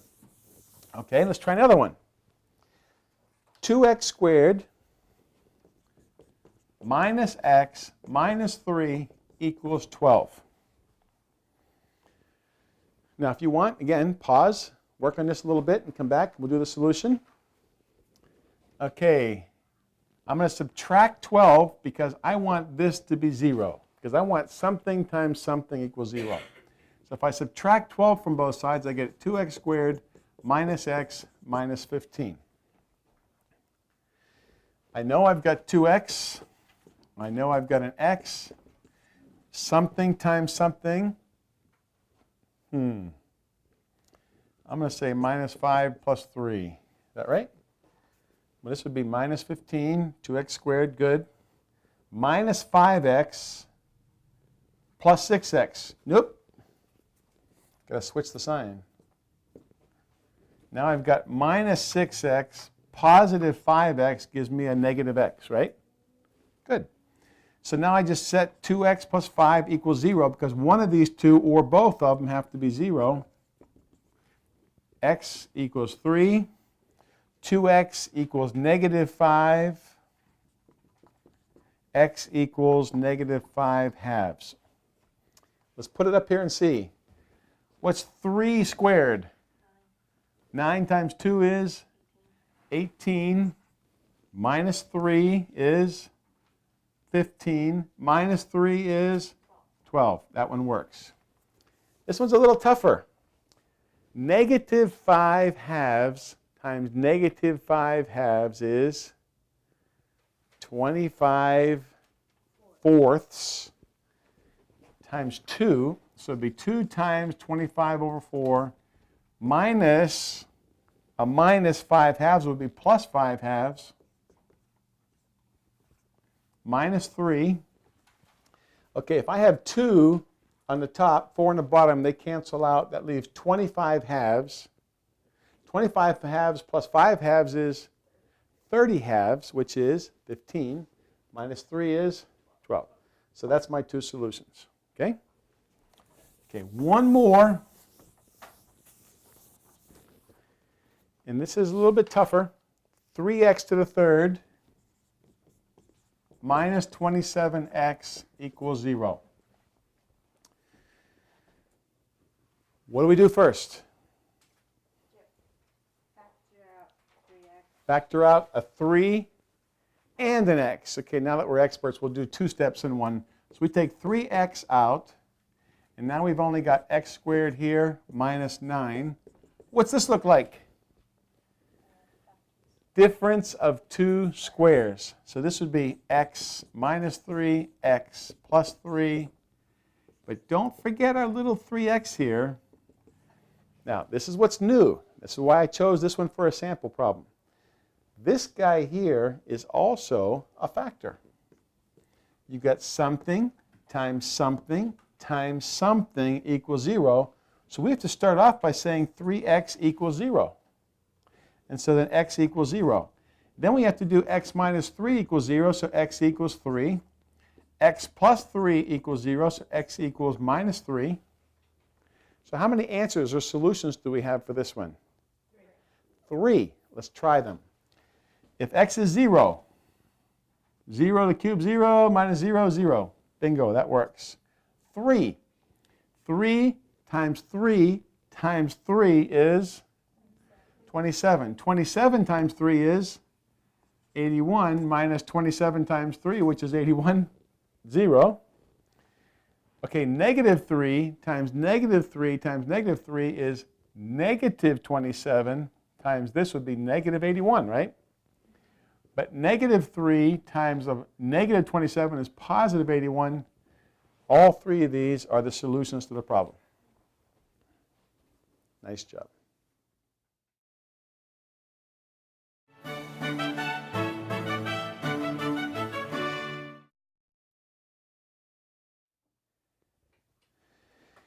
We're going to do something a little different now.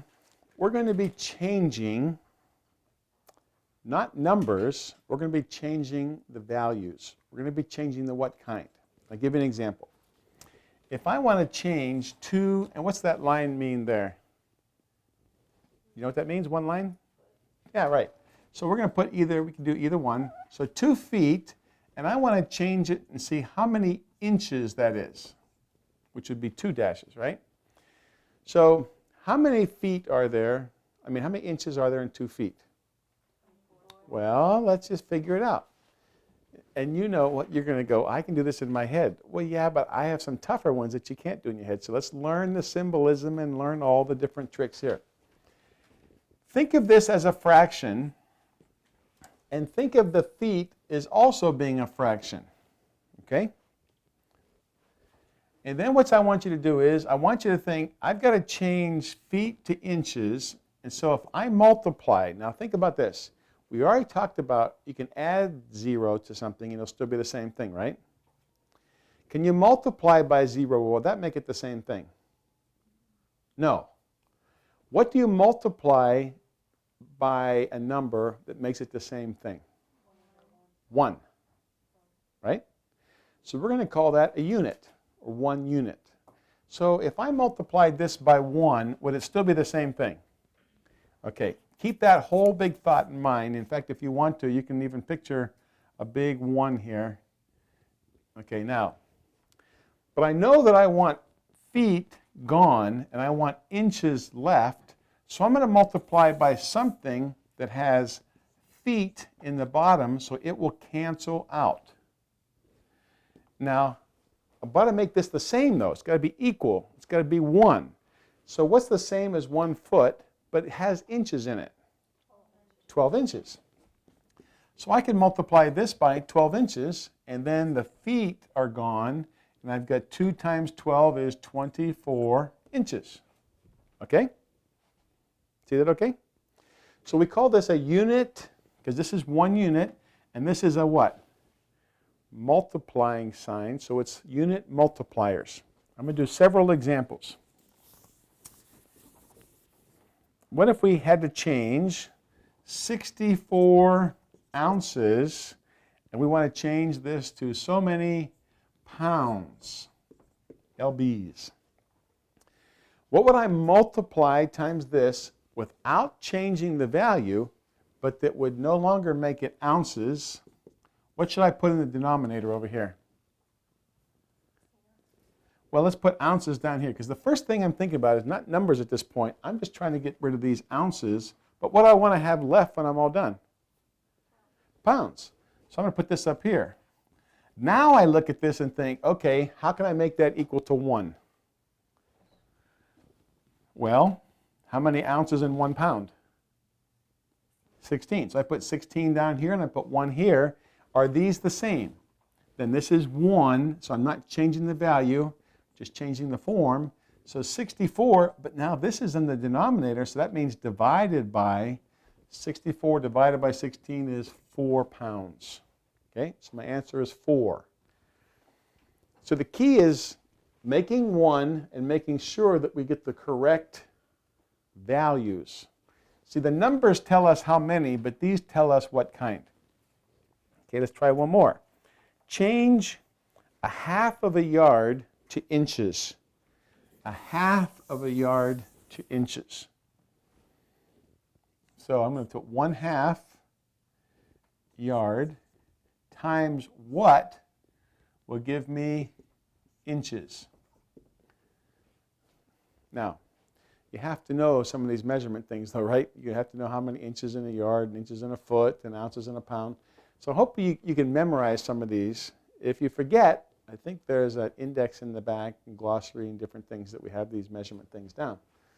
Okay, what do I need in the denominator here? 1 yard, right? How many inches in a yard? Because I want inches here, because I want inches here when we're done, and that's in the top. And I want to get rid of these. So 1 yard is 36 inches. And now I'm just multiplying 2 fractions. 1 times 36, 2. I can cancel this. 18 inches. Does that make sense? Got that okay? Sometimes, if you want, let me just show you this. You could do this 2 different ways. You could have said this, 1/2 yard, and you might not know that there's 36 inches in a yard, but you think, I know that there's 3 feet in a yard, right? So you could change this and say, well, there's 3 feet in 1 yard. Then you go, yeah, but I need inches over here. So, oh, I could multiply now inches by feet. And how many inches in a foot? 12 inches in a foot. So you still have the 2, 6 times 3, 18 inches. So you could change it from yards to feet. Then you could get the feet changed to inches, and that would work like that. Either way will work. Good.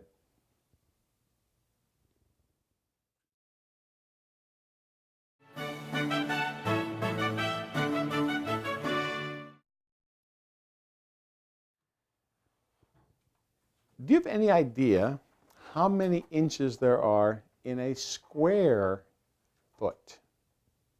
And when I say a square foot, what I'm talking about is something that's 12 inches this way, 12 inches this way.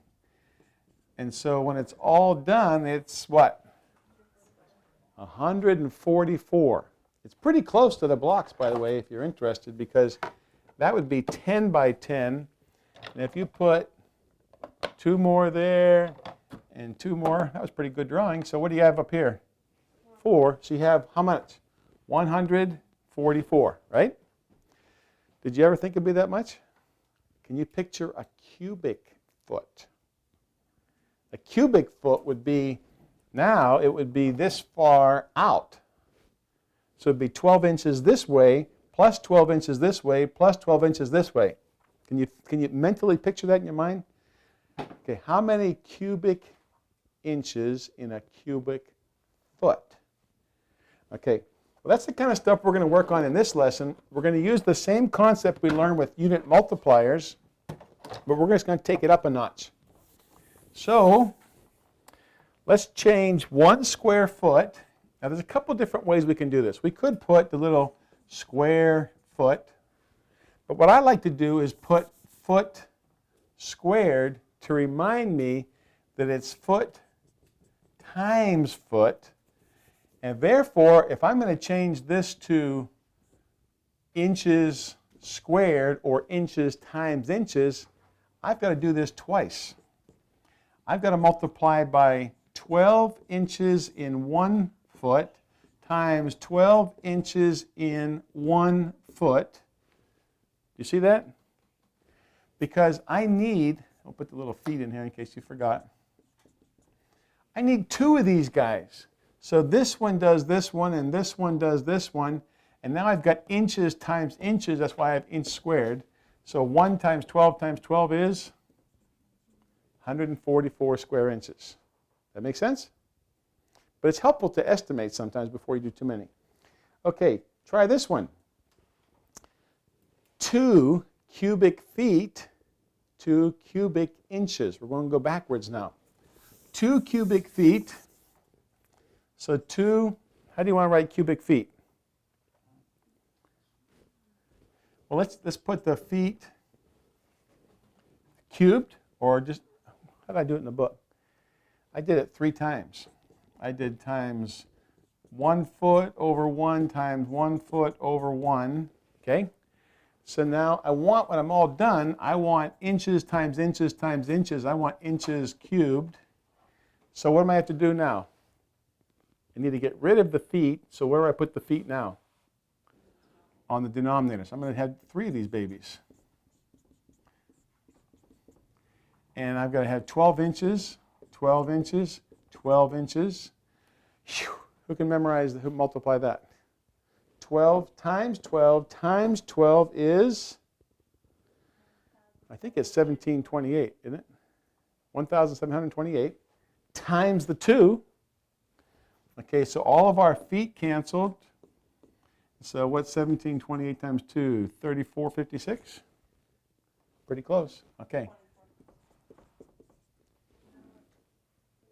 3456 cubic inches. All right? That's a lot of cubic inches. By the way, you know what a cubic inch looks like? This would be an inch. So it would be a cubic inch by inch by inch. Okay. Now some of these, I think it's helpful to memorize, like how many quarts in a gallon? 4. How many pints in a quart? 2. How many cups in a pint? 2. Okay, so what if I want to change 1 gallon and I want to change it to cups? How many cups in a gallon? Does anybody know? Do you know? I don't know. So let's just figure it out. Well, I know that there's 4 quarts in 1 gallon. Okay, now we've changed. We've got quarts. And I know that there's 2 pints in 1 quart. So those are gone. And I know that there's 2 cups in 1 pint. So those are gone. So now what's 1 times 4 times 2 times 2? 16 cups. Got it? Okay. Does anybody know how large an acre is? The size of my yard. You have a 1 acre lot? Actually, we do too. 43,560 square feet. Okay. How about a cord of wood? Did you ever buy wood to heat your house or your cabin or something? It's 4 feet by 4 feet by 8 feet. So it's like 4 by 4 by 8 feet long. That's a cord of wood. How about this one? A yard of carpet. If you ever go to buy carpet, they're not going to sell it to you in square inches. They're going to sell it to you in a yard, which is 3 feet by 3 feet. One more.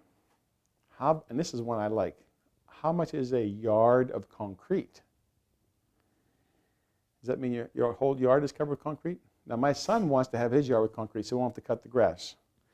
But a yard of concrete is 3 feet by 3 feet by 3 feet.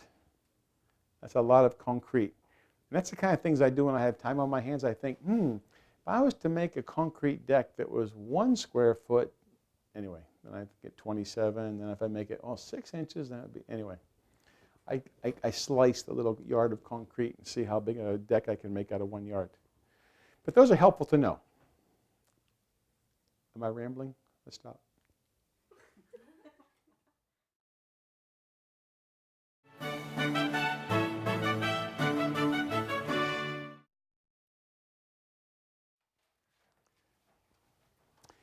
Now, we're filming this in the United States, and we usually use measurement in terms of inches and feet, which can be called English measurement or imperial measurement. It's got different names, different places. But what if we were to change from English or imperial measurement to metric measurement?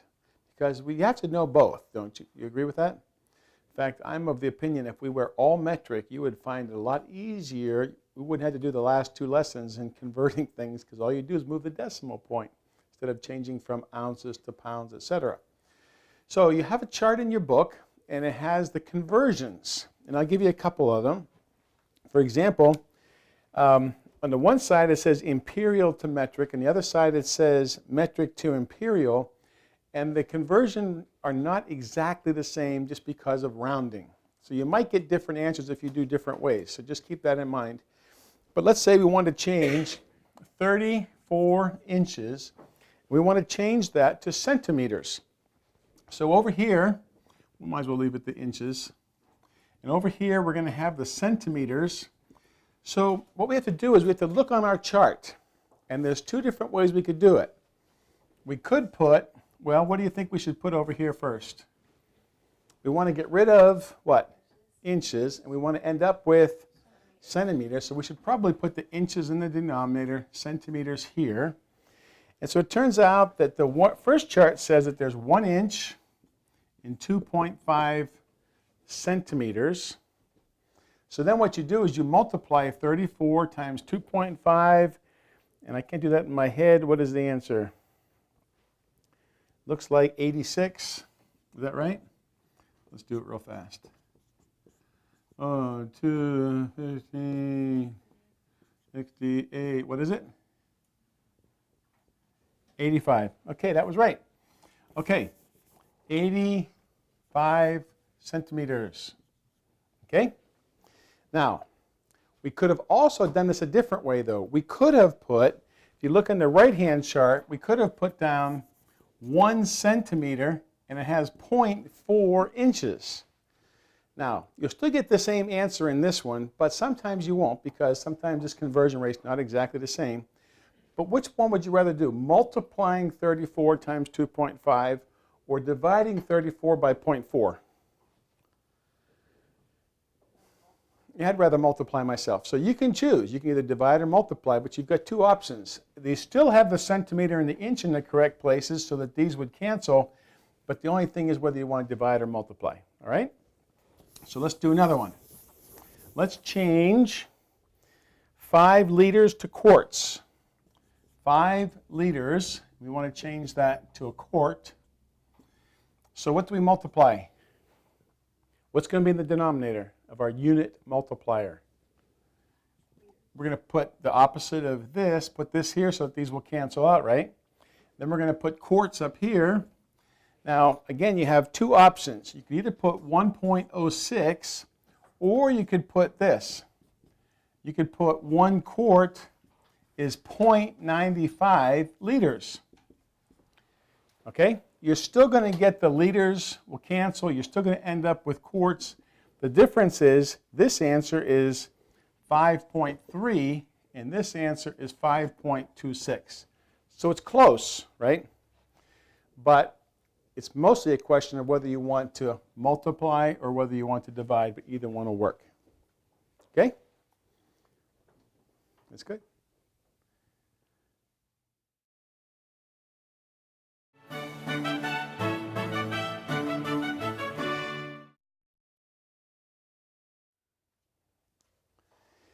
Now we're going to do something, well, you know how I teach. I usually take something and build on that to teach the next thing, right? So we have been doing things with exponents. So what would this be right here? 9 squared would be what? 81. is a 2 the same as a 2 over a 1? Just say yes. Yes. Okay, yes. Okay, it's the same. So this would still be 81. Now, what would this be? Square root of 9. What times what would give you 9? 3. But the thing is, I know the answer, but I want to show you a different way because this should be a 2 right here. If there is no number, it means it's understood that it's the square root or it's a 2. Okay?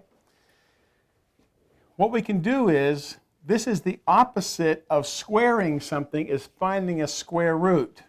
Okay, I just gave you a clue. What's the inverse of squaring? Square root. So how can we do the inverse of the symbolism? What's the inverse of 2 over 1? 1 over 2. And it turns out this and this are the same thing. So when you see this 2 here, you're thinking, what times itself twice will give me 9? And the answer is 3. Okay? So these are called fractional exponents. Now, in a sense, all the exponents you've been doing up to this point have been whole numbers. And now we're going to think of them, though, as not just a whole number, but a whole number over 1. And so this would be squared, and this is the square root. Same thing you've been doing, just different symbolism. So let's try this one. How would you write this one with a fractional exponent? Okay. 27 to the 1/3. Exactly. Because this is the third root. So what it's saying is, what times what times what will give me 27? And what times what times what will give me 27? 3. That's the answer. Okay? So let's try another one. How would you write it? And then let's solve it. How would you write this with an exponent? 64. And that means this is the cube root. It's the exact same thing, just different symbolism. And the answer would be 4. 4 times 4 is 16. Times 4 is 64. Okay. You're just thinking to yourself, this is too easy for a whole lesson. And you're right.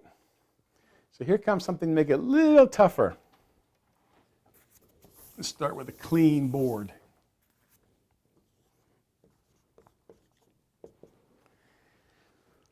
Okay. I've got 2 things going on here. What I have is, now remember, if you raise something to a power, you multiply the exponents, right? So could I make this 8 to the 1/3 raised to the 4th power? What's 1/3 times 4? 4/3, right? So that'll work. So now remember, when you see the 1/3, this is the same as what's the cube root of 8. And we're going to take that answer, and then we're going to raise that to the 4th power. So what times what times what will give me 8? 2. The cube root of 8, the cube root of 8, the answer is 2. And then we take that to the 4th power. 2 times 2 times 2 times 2 is 16. Got that? Okay? So just break it up into smaller, doable chunks. First find the cube root, and then raise that to the power. Okay? It's kind of fun. Let's do this one. If you want to try this one by yourself first.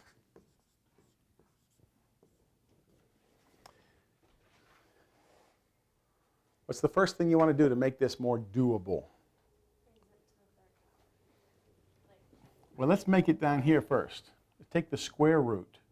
So we're going to take the 9 to the 1/2, and then we're going to raise that to the 3rd power. Or we could say, what's the square root of 9, and raise that to the 3rd power. It's the same thing. Okay, what's the square root of 9?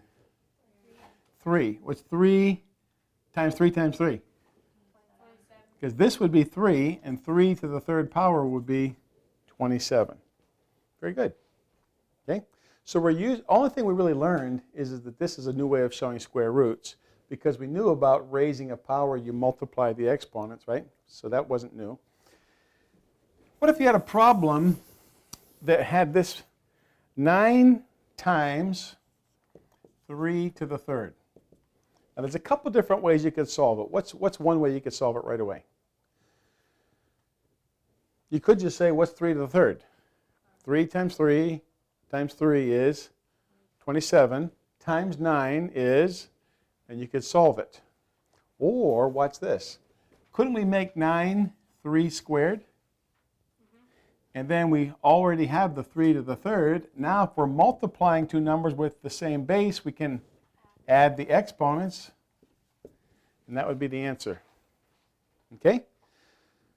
I'll give you one more, and then we're done. 8 to the third times 4 to the fifth. How would you do that one? Is there a common base you could see there? What? 4 or 2. Okay, so 8 to the third would be 2 to the third. That's 8.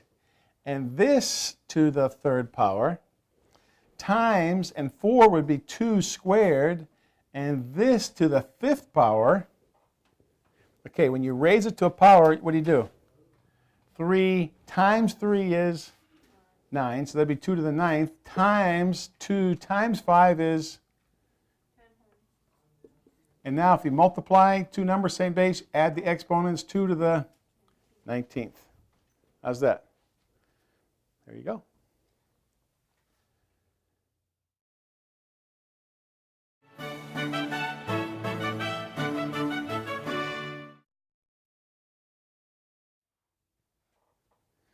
What do you think SD stands for?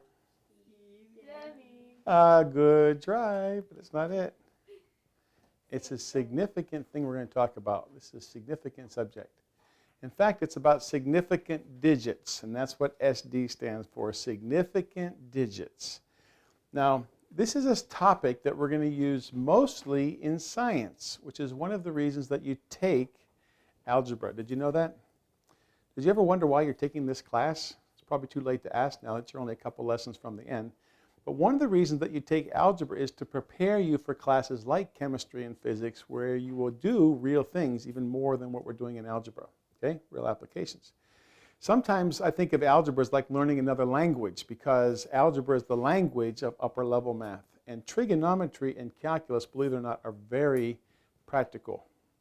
You don't see a whole lot of practical application in algebra. Most of the time it's a tool for upper level stuff. But significant digits is going to help you, because one of the main things you do in science, which I heard one time a definition of science was man's observations.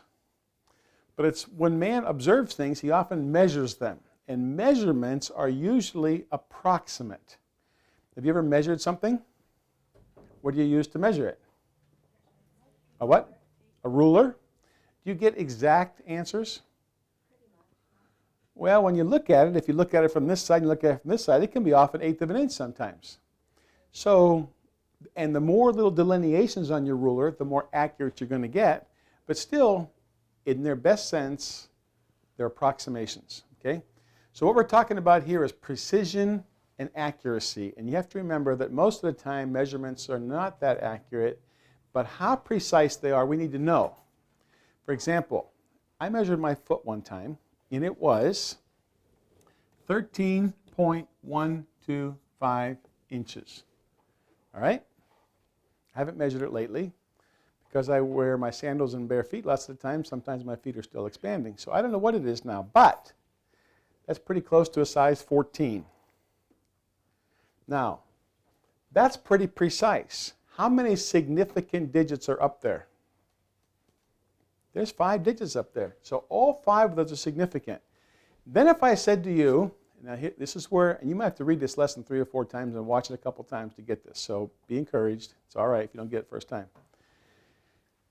How long are 2 of my feet end to end? What would you think? Well, I would just add that, right? Add it up or multiply it by 2. And what would the answer be? Come on, do it in your head. 26.25, or would you leave it 250?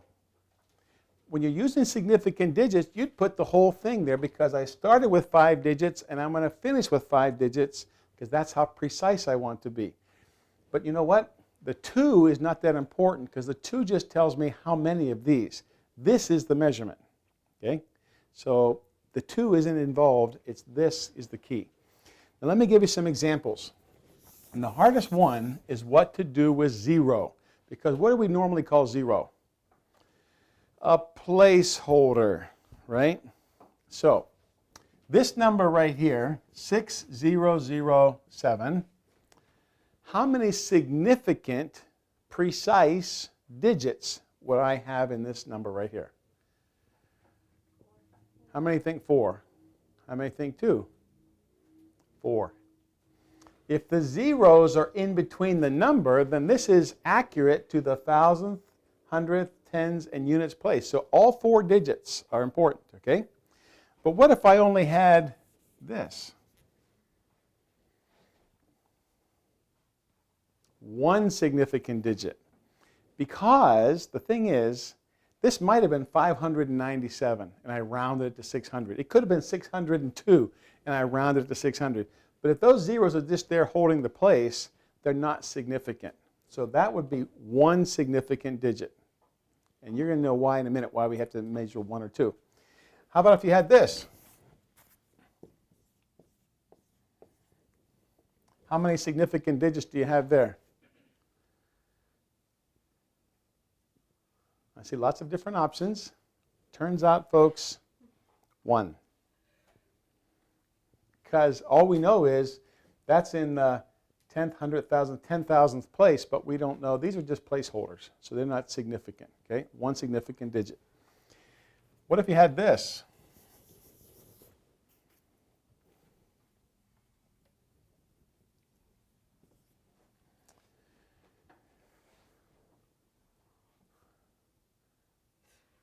How many think 2? How many think 3? How many think 1? It's 2. Okay, now here's why. If the 0 is between the decimal point and the number, like we had the 600 or we had the 0.06, it's not significant. But if that 0 is over to the side of, that's telling us that we've measured this to the 1000th place. And we want everybody to know that this is not just an approximation. That's 0.0, that's 60,000. Okay? Okay, how about this one?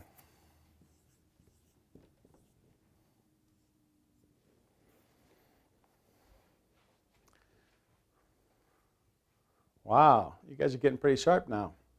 If I'm going to take the time to put that 0 up there, that's because there are 3 significant digits. That means to the 10th place, this is how precise I was in my measurement. Okay, that would be 3 significant digits. Now here's why you have to know these. Because let's say we were going to add up the distance from somewhere to somewhere else, and we have this number to add up. Okay. How many significant digits in the first number? 2. How many in the second number? 4. What should the answer be, 2 or 4? 2. Because you want your answer to go with the least precise one. Because if we only have tenths here, even though we have down to the thousandths here, we have to go with the least precise. So the answer is 6.433. Then we have to round that to 6.4 because it's got to agree with the least precise. That's the least accurate measure. You've got to go with the least accurate measure because that's the degree of accuracy for the problem. Okay? Now, that's for adding and subtracting. Pretty simple. Multiplying. What if we had this? 2.333 times 41. How many significant digits in the first number? 4, good. How many in the second number? Good. How many in our answer? 2.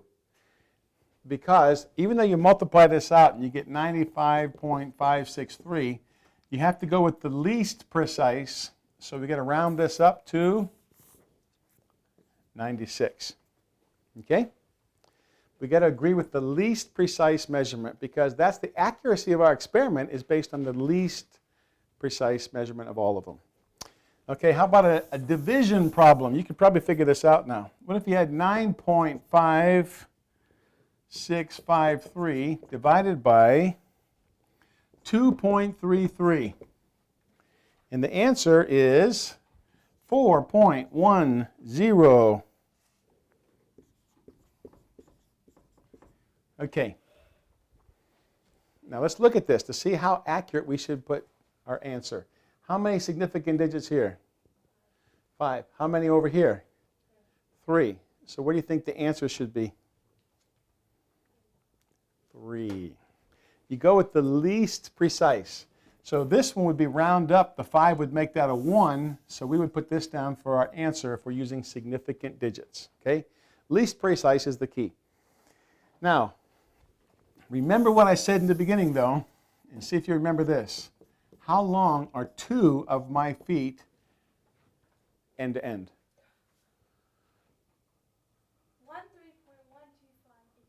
That's for 1 foot is that long, but 2 of them. See, I'm multiplying these two. 2 of my feet end to end, how many digits should be in the answer? Okay, here's a trick. Remember this. This is the same as adding these two numbers, right? This number here is not a measurement. This is just telling you how many feet. So that doesn't factor in here.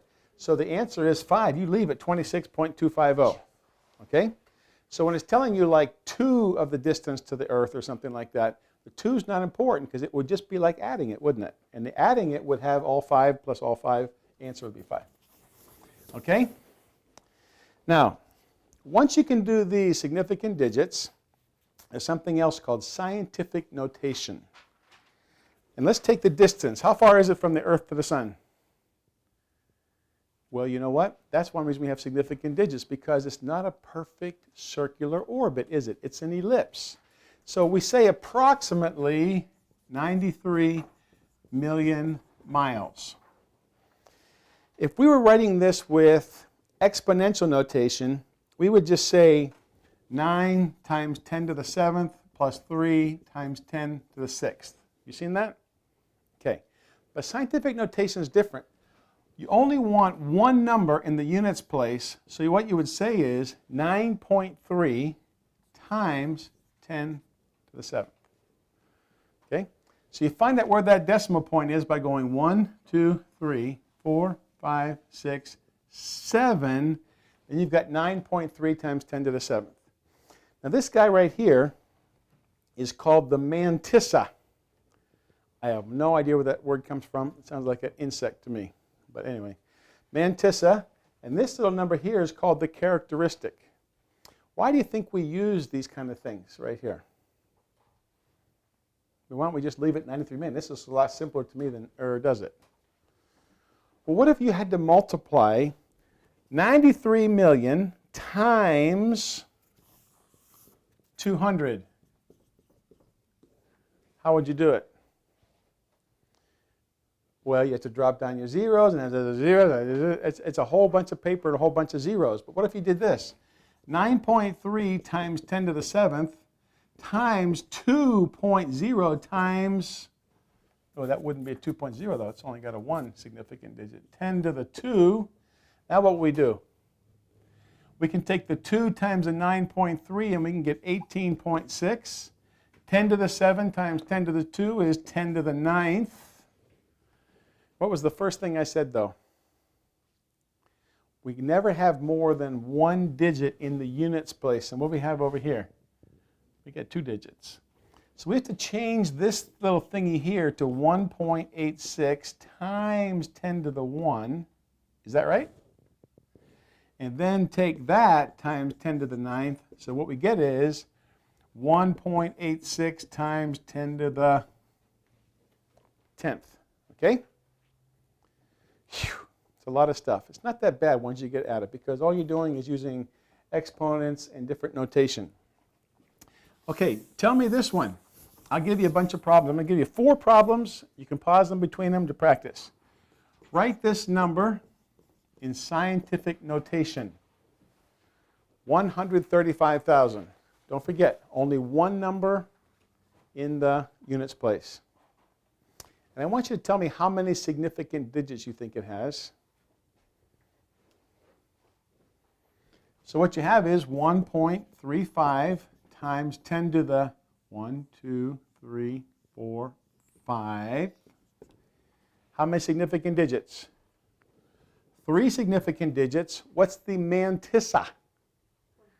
1.35. What's the characteristic? 5. Very good. Try this one. 62,700,000.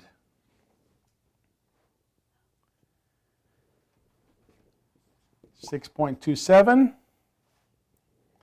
times 10 to the 1, 2, 3, 4, 5, 6, 7th place. How many significant digits? 3. What's the characteristic? 7. What's the mantissa? 6.27. Very good. Okay. Got 2 more for you. 8,900.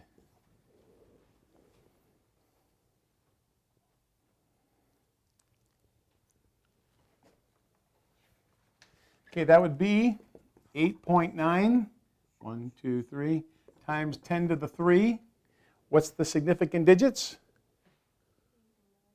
8.9. How many? 2. What's the characteristic? What's the mantissa? 8.9. Good. Okay, and the last one, 50. How many significant digits? 1. Very good. So that would be 5 times 10 to the 1. Why didn't I write 5.00000? Because you only had 1 significant digit, right? Okay. What do you think about writing numbers like this? 0.00547. How would we write that with scientific notation? What do you think? Where do you think the decimal point would go?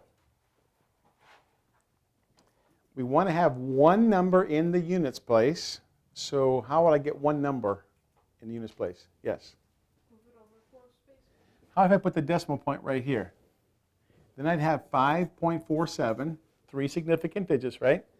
And I'd go 1, 2, 3, 4 spaces. So that would be 10 to the what? -4. Very good. Okay? Now let's try a problem. 30 million. See if you can do this with just me saying it. 30 million times 10, 23 millionths.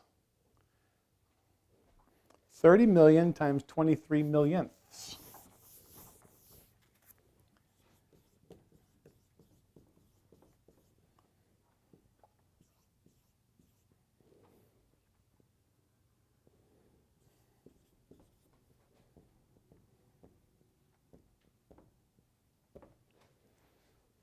Okay?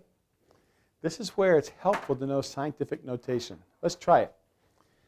How many significant digits on this first one here?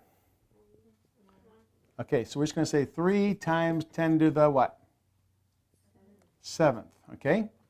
And then we're going to multiply that by what? 2.3 times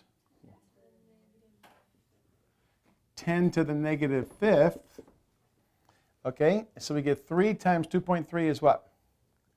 6.9 times 10 to the 7th times 10 to the 5th, same base, add the exponents. Okay, but how many significant digits was our least precise factor here? 1. So what should our answer be? Okay, because we only have 1 significant digit, right? So we want to make it our least precise. Get this okay? This is a struggle, I know, and it's probably some of you the first time you've seen it, but you're going to work on this and you're going to use this when you get into science.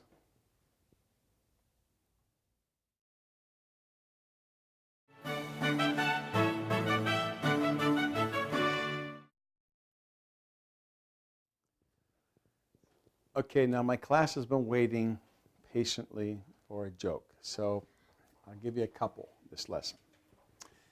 There are only three kinds of people: those that can count and those that can't.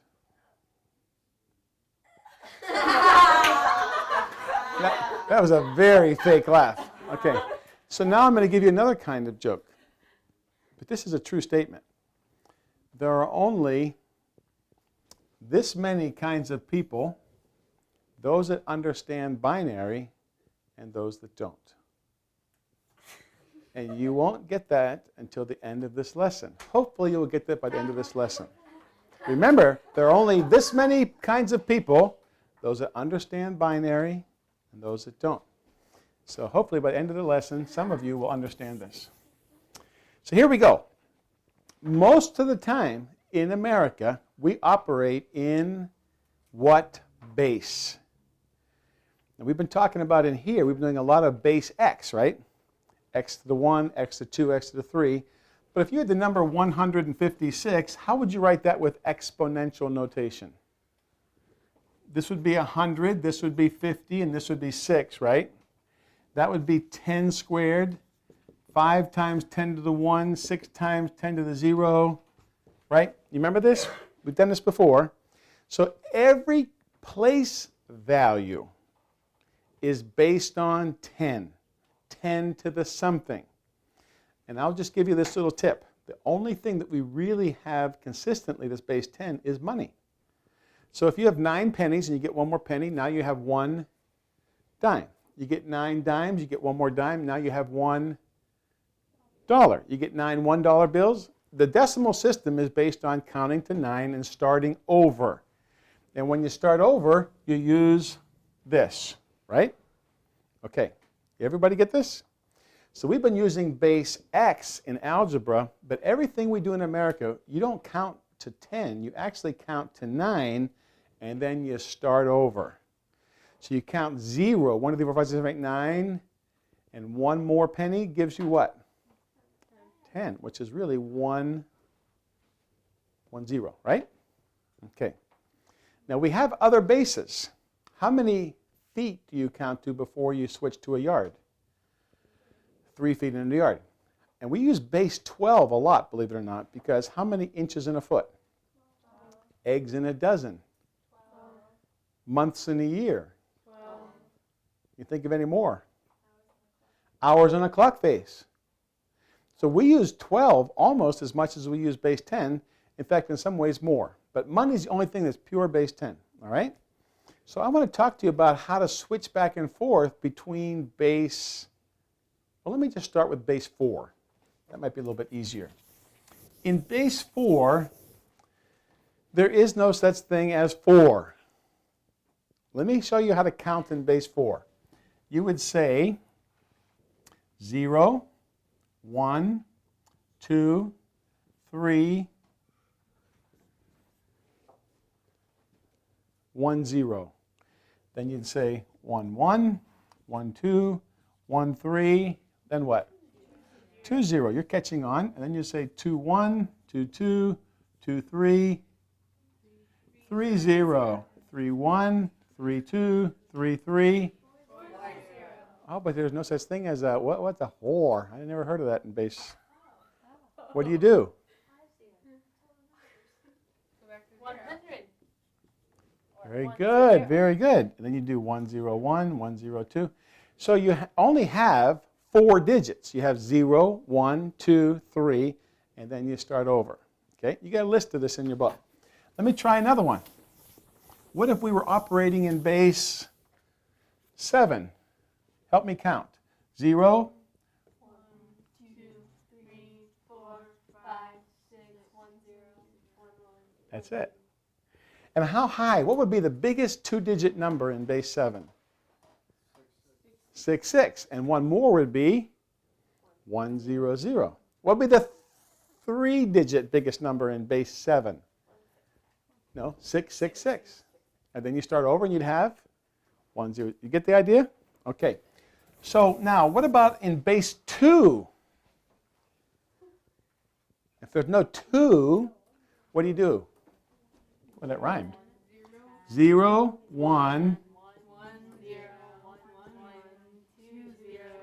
There's no 2.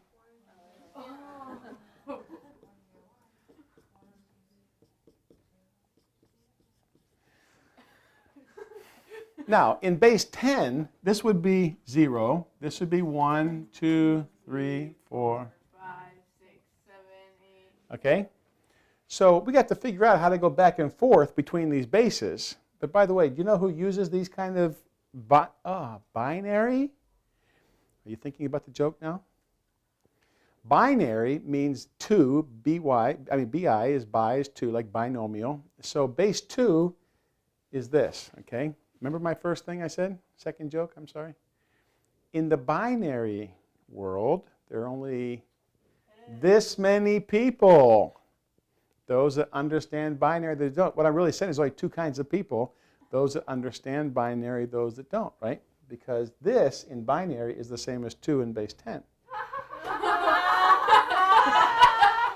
Okay, delayed reaction. Now, calculators, though, as I understand it, use these because calculators, when they first started making adding machines, you only had, a machine can't think, can it? But no matter how many sci-fi movies you watch, it can't think, okay? All it can do is yes or no, off or on. It has little switches. And so here would be on, off, on, off, off. And that's all. So when you have a calculator and it adds up 8 plus 7, what it really adds up is this number plus this number to get the answer. Okay? Calculators don't think. They just do calculations really fast. Okay? But they have to talk in binary. All right, now.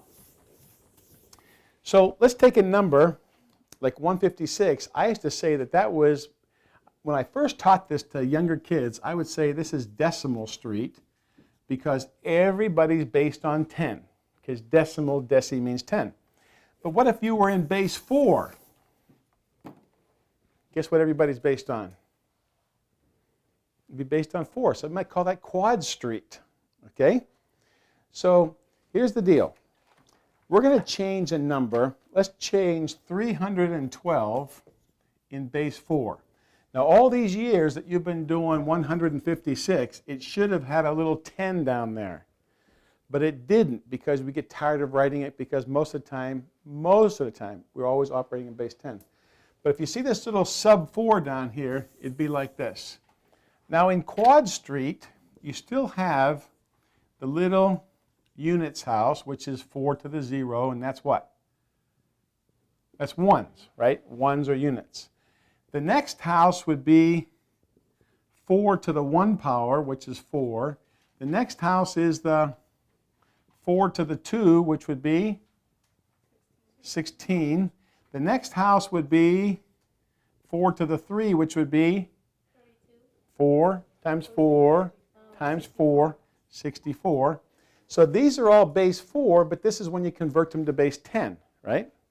Okay, so let's try to figure this out now. If I had this number right here,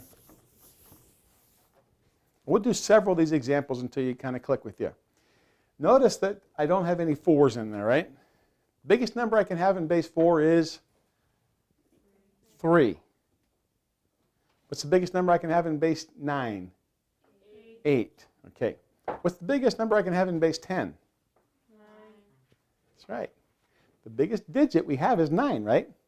Because 10 is really a 1 and a 0, isn't it? We've already used those. Okay.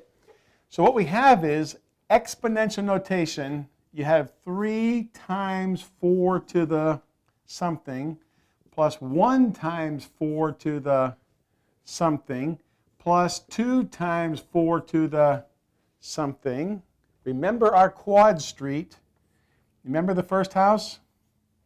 This was 4 to the what? 0. What was the next house? Which, by the way, it's just 4 up. Okay, 4 to the 1. What's the next house?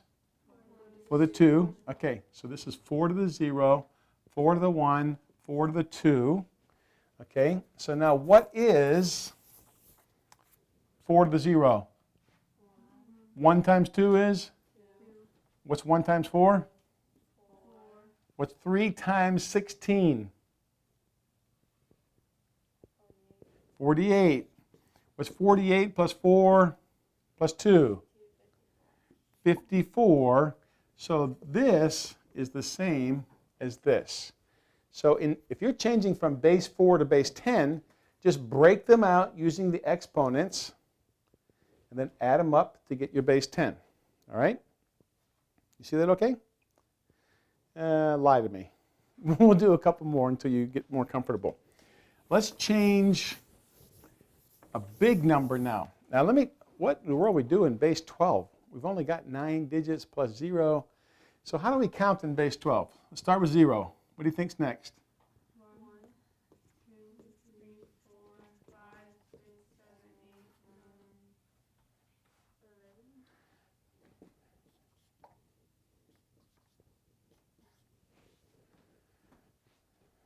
11. Okay?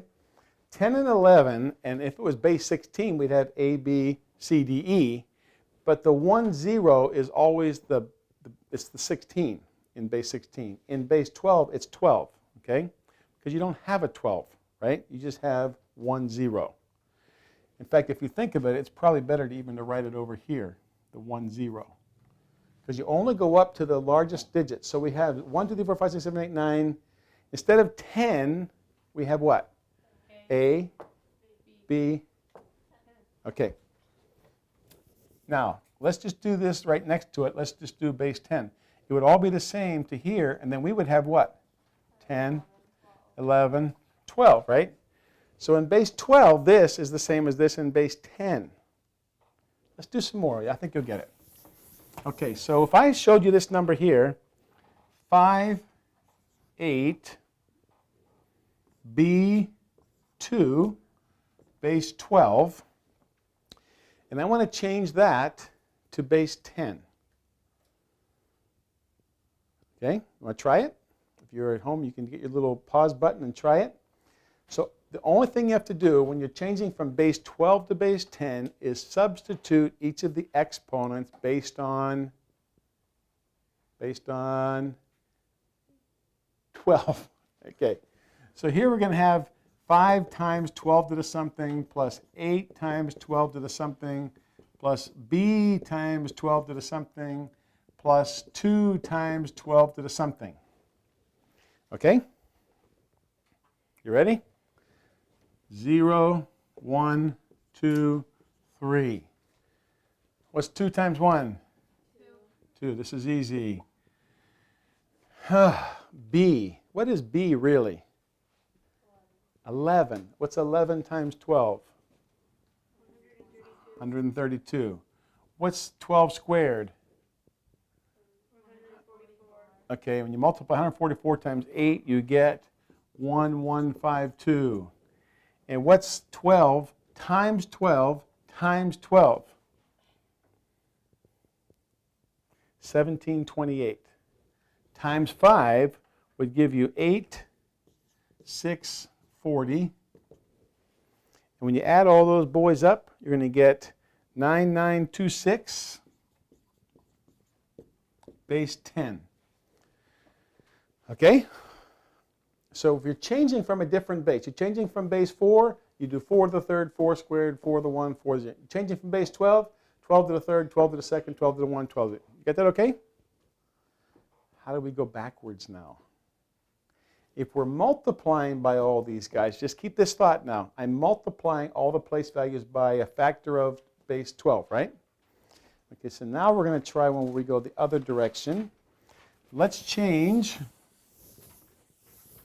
54 base 10 to something base 4. Tell me all the place values in base 4. 0, 1, 2, 3. Right? We could keep going. So this is really 16, this is really 4, and this is 1, right? So instead of multiplying by these guys, I'm going to take 54 and I'm going to divide by them. So 54 divided by 16 is what? 3. 3 times 16 is 48. I got 6 left. Okay, can I take any more 16s out of 6? No. Okay.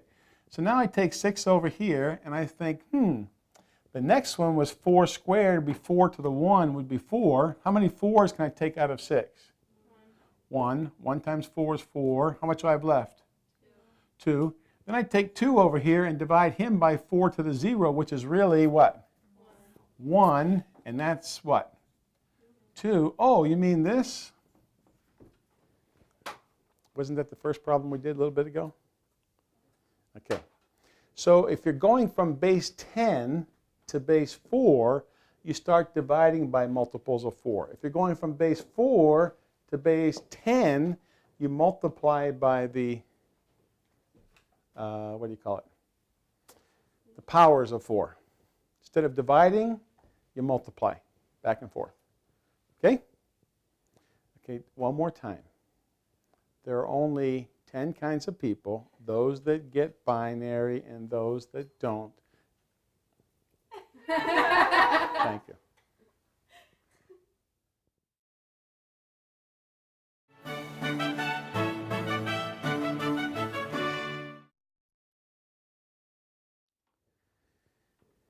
What do you notice about this lesson that we haven't been doing for a while? Oh, we have our Cartesian coordinate graph up there again. Now, I don't think I've said it enough, and probably I should go back and say it some more if we want to refilm all these videos. But when in doubt, plot points. When in doubt, plot points.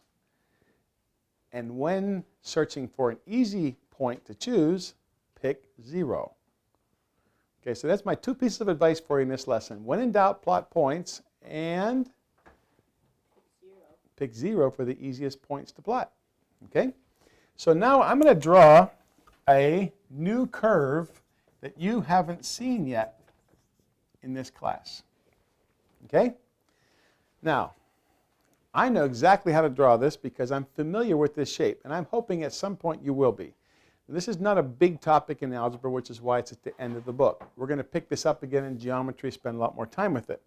But I want to give you this as much as I can in the different books, because by the time you get to the upper level stuff, Algebra 2 and trigonometry and stuff, you should be able to look at this right away and tell me what shape that is. So if you see something that looks like this, what are you thinking right away? Straight line, because you're comfortable with that, you're familiar with that. So I want you to be comfortable with this one and know what that is pretty quickly. But when in doubt, plot points. So let's do x and y. And which points do you think would be the easiest ones to plot? 0. Okay, so let's make x 0. If x is 0, then we have y squared equals what? Y squared equals 9. And if we solve that, y squared equals 9, we take the square root of both sides. We get y equals plus 3 or minus 3. So with x is 0, y is either what? Plus 3, or y is minus 3. You see that? So I can stop right now, and I could draw those points. If x is 0, y is plus 3, or y is minus 3. Now, let's make y 0. If y is 0, then we have x squared equals 9. We can do the exact same thing. We take the square root of both sides, and we get x is plus 3, x is minus 3. And if y is not 1 but 0, we've got these 2 points. Now, what kind of a graph would go through 4 points in all different directions? Well, you know what? If you wanted to, you could plot 100 points. You could say, well, what if x is 1? If x was 1, and then y squared, we subtract 1, would be 8. Square root of 8 is a little bit less than 3. So it turns out that if x is 1, y is a little bit less than 3. It would be about like this. And you know what? If I plotted 100 points, they would all fall on this curve And I'm going to try my best to do a good job of, not bad. What is that? It's supposed to be a circle. It should be a very perfect circle, but every point on there, if I was to draw lots and lots of points, plot points, I could make x 0.1, 0.2, 0.3, 0.4, 0.5. The more I made x, the less I would get y until x was all the way out here with 3, that'd be 0. And then if I could plot x is -1, -2, -3, -4, minus 0.1, it would go like this. So when you see a curve, one more time, when you see a straight line, you know that every point on that line could be plotted with points. Every point on this circle all the way around here, if you put in the x part, you'd get the y part that would be right on that curve. You get that? Okay. Now, what's the radius of this circle? What's the radius of the circle? Now the diameter is all the way across. The radius is just from the center to the edge of the circle. It's 3. So it turns out you could make this 3 squared, and then you could make a formula or a generalization, and you could say x squared plus y squared equals r squared. What would r be? Radius. So what if I gave you this problem right here? X squared plus y squared equals 25. What's the radius of this circle? 5. Because I could make this 5 squared, and that would be a circle goes 5, 5, 5, all the way like that. Get that? So whenever you see an x squared and a y squared with the same coefficient, what's my coefficient? 1. It's kind of hiding in there, but it's really a 1. As long as these two are the same, you have a circle on your hands. Now the only thing that's a little bit different about this for tougher problems is, what if you had something like this? X minus 1 squared plus y minus 2 squared equals 3 squared. What's that graph going to look like? First question, what's the coefficient out front? It's the same, it's 1, right? So no problem, it's going to be a circle. But what kind of points can we plot here to make these 0? Now let me show you some. Let's say that x equals 1. Why do you think I picked x equals 1? Why did I pick x equals 1?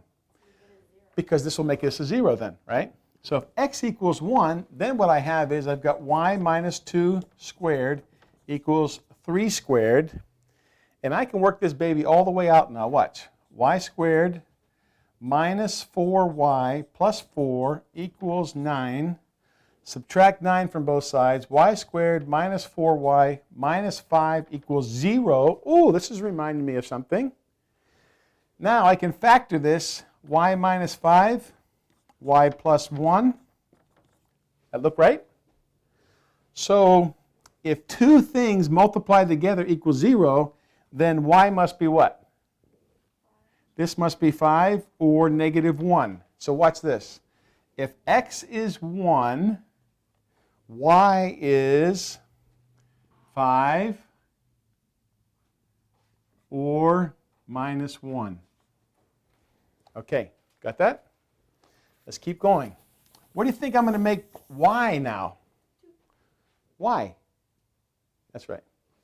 So if y is 2, this falls out. So if y is 2, then I have x minus 1 squared equals 3 squared.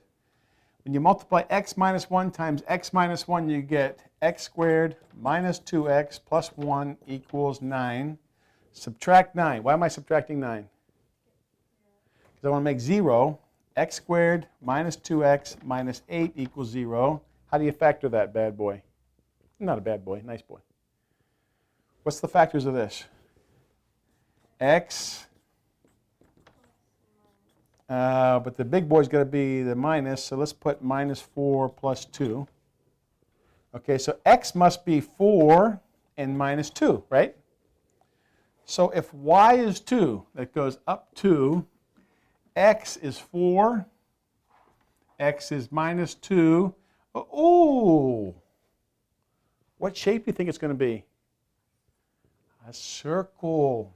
And the most important thing of this one is, I knew it was a circle with radius 3. Why did I know that? Because it was 3 squared. Remember, radius squared. It had the same coefficient, so I knew it was a circle. Kind of a sorry circle, I'm sorry. What is the center? What's the center of the circle? What point? 1, 2.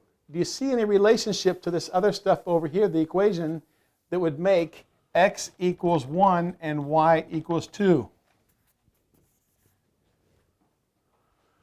What?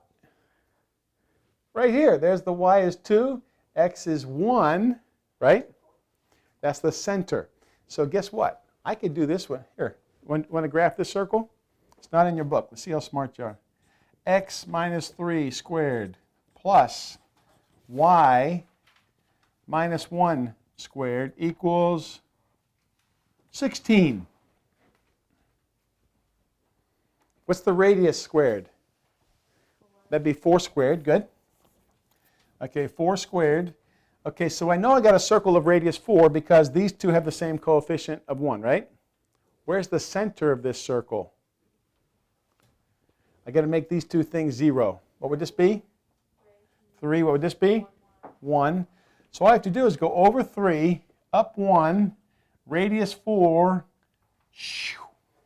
Now if you want to, you can multiply those guys all out. You can factor both sides, whatever. But once you learn the formula, which is x minus, what do we use in the book? I think we use h and k, something like that. X minus h and y minus k equals r squared.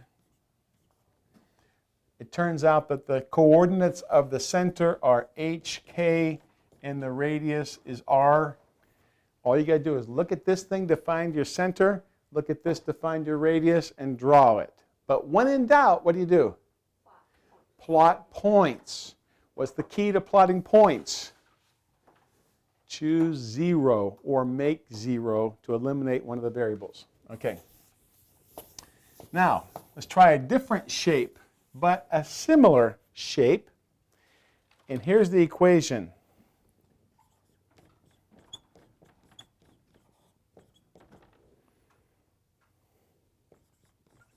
Okay. What shape is it? Is it a circle? Why not? Because the coefficients aren't the same. If the coefficients were the same, it'd be a circle. Whether this is square root of 17 or 45,000, doesn't make any difference. Coefficients are the same, circle. Coefficients are different, it's a, I don't know, so let's plot some points. Well, I do know, but you don't know. So here we go. What should we make x? 0, very good. Okay, so if this is 0, now I've got 4y squared equals 36. Divide by 4, y squared equals 9. So what's y? Take the square root of both sides. Y is plus 3, y is minus 3. So if x is 0, same points as we had before. Okay, now let's make y 0. If this is 0, what do we have? 9x squared equals 36. Divide by 9, x squared equals 4. Take the square root of both sides. X equals plus 2, x equals minus 2. Plus 2, minus 2. So if y is 0, it goes to here, and it goes to here. Now, if I want to keep plotting points, I could. I could make x1 and minus 1, y minus 1 plus 1. But what it's going to be is something that looks like this. And what's that supposed to represent? What? An egg? An oval? A racetrack? It's an ellipse. Ellipse. Okay? So this is an ellipse, but we do it the same way we did before. What do you think would happen if you think I could find the center of an ellipse? Probably, but we'll save that for geometry, okay? So, one of the things I wanted to tell you is, I don't know if you realize this, and I'm going to do my best. I don't have a really good visual, and I should. Sorry, apologize again. But what is this shape right here? It's a cone. And if you were to cut this cone directly horizontal, parallel to the base, which is back in here hiding, right? What would it look like? It would be a circle. If you would just go, what's the base of a cone? A circle. If you go up an inch, circle. You go up a foot, still a circle, right? So the first shape we drew was a circle. What if you were to cut this at an angle so it would be more like this? That would be an ellipse. Okay? So these are the first two of what we call conic sections, because these are sections of a cone. Very good. Don't say sections of a conic. It's sections of a cone, because this is a perfect circle is this way. At an angle would be an ellipse.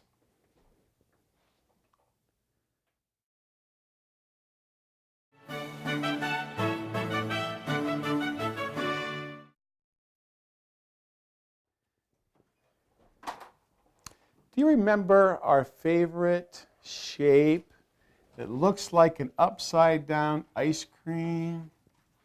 What's it called? A cone. And a circle was the base of a cone, and an ellipse was this side of a cone. And there's some more shapes that we can find in cones, and we're going to study them right now. But first I'm going to graph some points to see if we can figure out what it is. And here is the equation. Y equals x squared. Okay, y equals x squared. So we're going to put some points in there. We're going to start with x. And what do you think the first point I recommend is? 0. If x is 0, what's y? 0. If x is 1, 1 squared is 1. If x is 2, 2 squared is 4. Every time you have a value of x, it's exponential. Okay, so if x was 3, what would y be? 9. This is getting huge really fast, right? 0, 1, they were almost the same. A little bit more, but 3, 9, 4, 16, right? Goes steep real fast. Let's try some negative numbers. If x is negative 1, what's y? Negative 1 times negative 1 is positive 1. If x is negative 2, negative 2 times negative 2 is positive 4. Okay, let's plot the points. X is 0, y is 0, goes to the origin. X is 1, y is 1. X is 2, y is 4. X is 3, y is 9, right? Negative 1, still 1. Negative 2, still 4. Negative 3, still 9. In fact, would y ever be negative? Because no matter what x is, whether x is positive or negative, this is always going to be positive. And you notice how y is always positive. X can be positive, x can be negative, but y is always positive. And this shape is called, anybody know? Parabola. P-A-R-A-B-O-L-A. Parabola. Now let's just draw a couple more parabolas. What if we had this? What if we had y equals 2x squared? If x is 0, y is still 0. If x is 1, what's y? 2. Well, I better change these. If x is 2, what's y? 2 squared is 4, times 2 is 8. So if x is negative 1, negative 1 squared is 1, times 2 is 2, 8. So what does this look like? Over 1 up 2. 2, 8, 8. So this is much steeper. And you know why it's steeper? Because it goes up twice as fast. So it's going to keep getting steeper and steeper. And if that was an 8, this would be 8. See what I mean? So this would be real narrow. So the higher the number, the more narrow the graph gets and the faster it moves up. So what about if we had a fraction here? What if we had y equals 1/4 x squared? Let's try a couple points there. X, y. If x is 0, what's y? 0. If x is 1, 1/4, because 1 squared is 1 times 1/4, 1/4. X is 2. 2 squared is 4. A fourth of a 4 is 1. X is 3. 3 squared is 9. 9/4 is 2 1/4. Get the idea? What would -1, -2, -3 be? The exact same things. So it would be 1/4, 1, and 2 1/4. Okay, so here's what it's going to look like.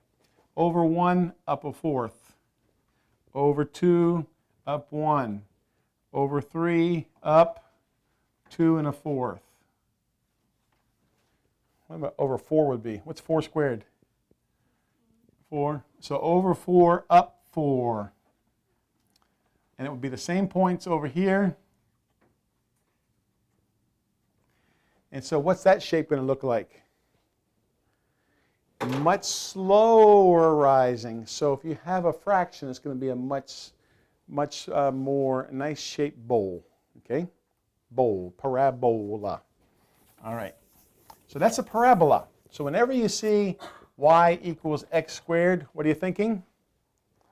Parabola. Is y ever going to be negative in that problem right there? Oh, but what if we had this? What if we had y, that's pretty hard to see, y equals negative x squared? Okay, if x is 1, what's y? -1. If x is 2, what's y? 2 squared is 4, negative. It turns out that that graph looks just like the first one we did, except it's going to be down. Because of that negative side. This makes everything positive, the square. This makes everything positive. Now negative, it's going to be like that. Okay? When in doubt, what do? Plot points. Okay? And now, here's our last parabola. Y equals x squared plus 2.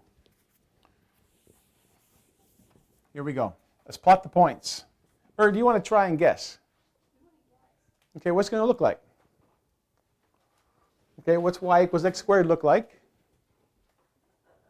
A parabola, right? Pretty, okay. What's plus 2 going to do? Is it going to affect the x or the y?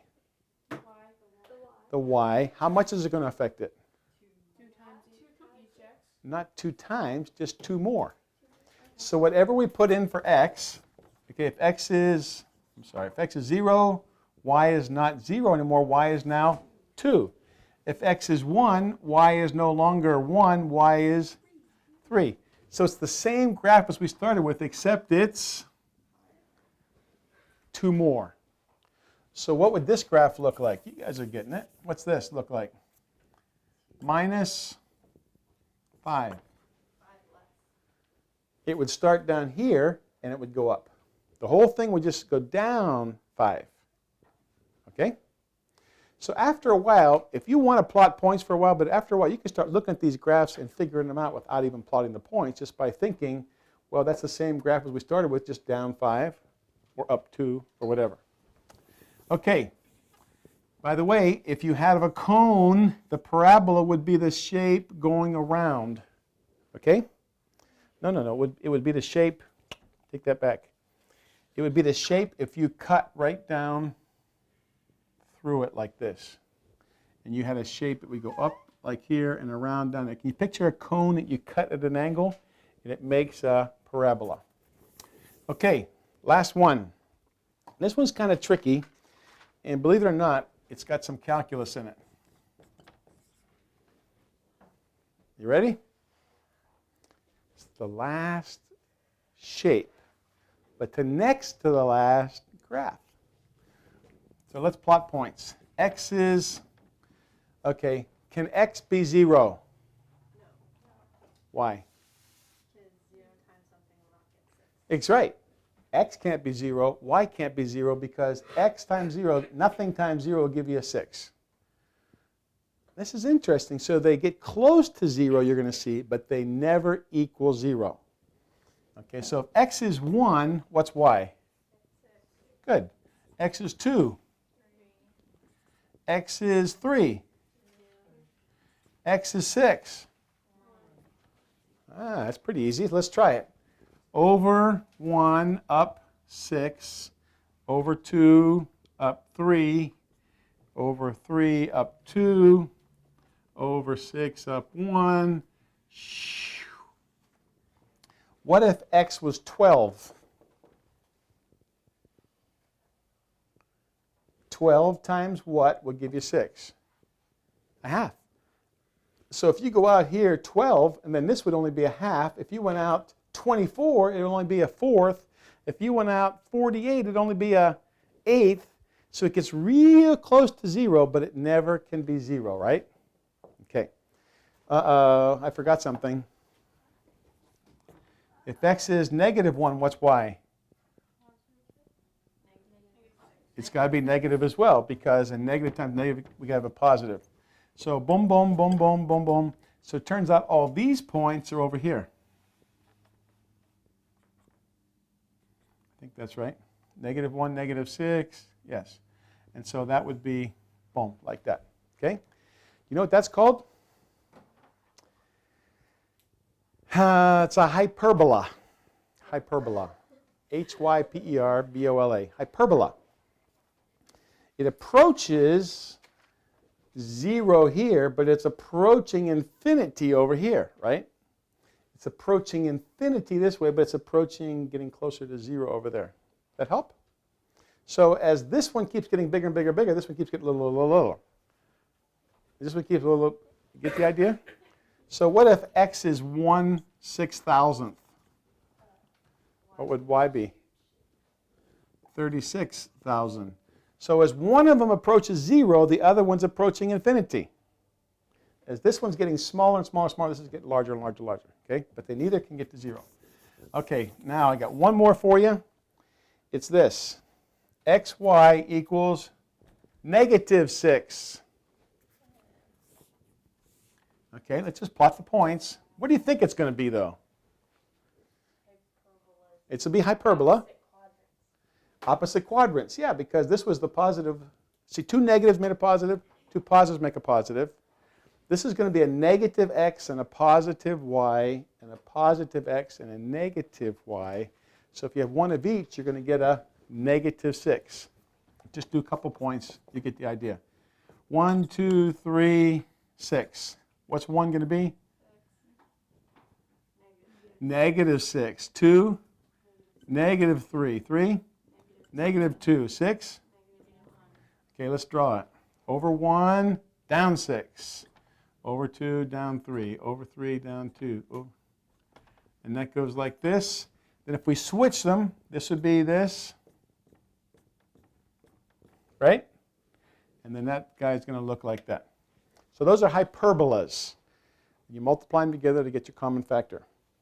Now, where is in a hyperbola? Where are you going to find a hyperbola in a cone? Do you know? Well, you don't.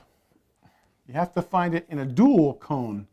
So if you have like a cone like that, what it is if you were to draw a plane that cuts right through here, you're going to have a hyperbola up there and a hyperbola down here opposite, just like you have an opposite, opposite, okay? So we call these conic sections.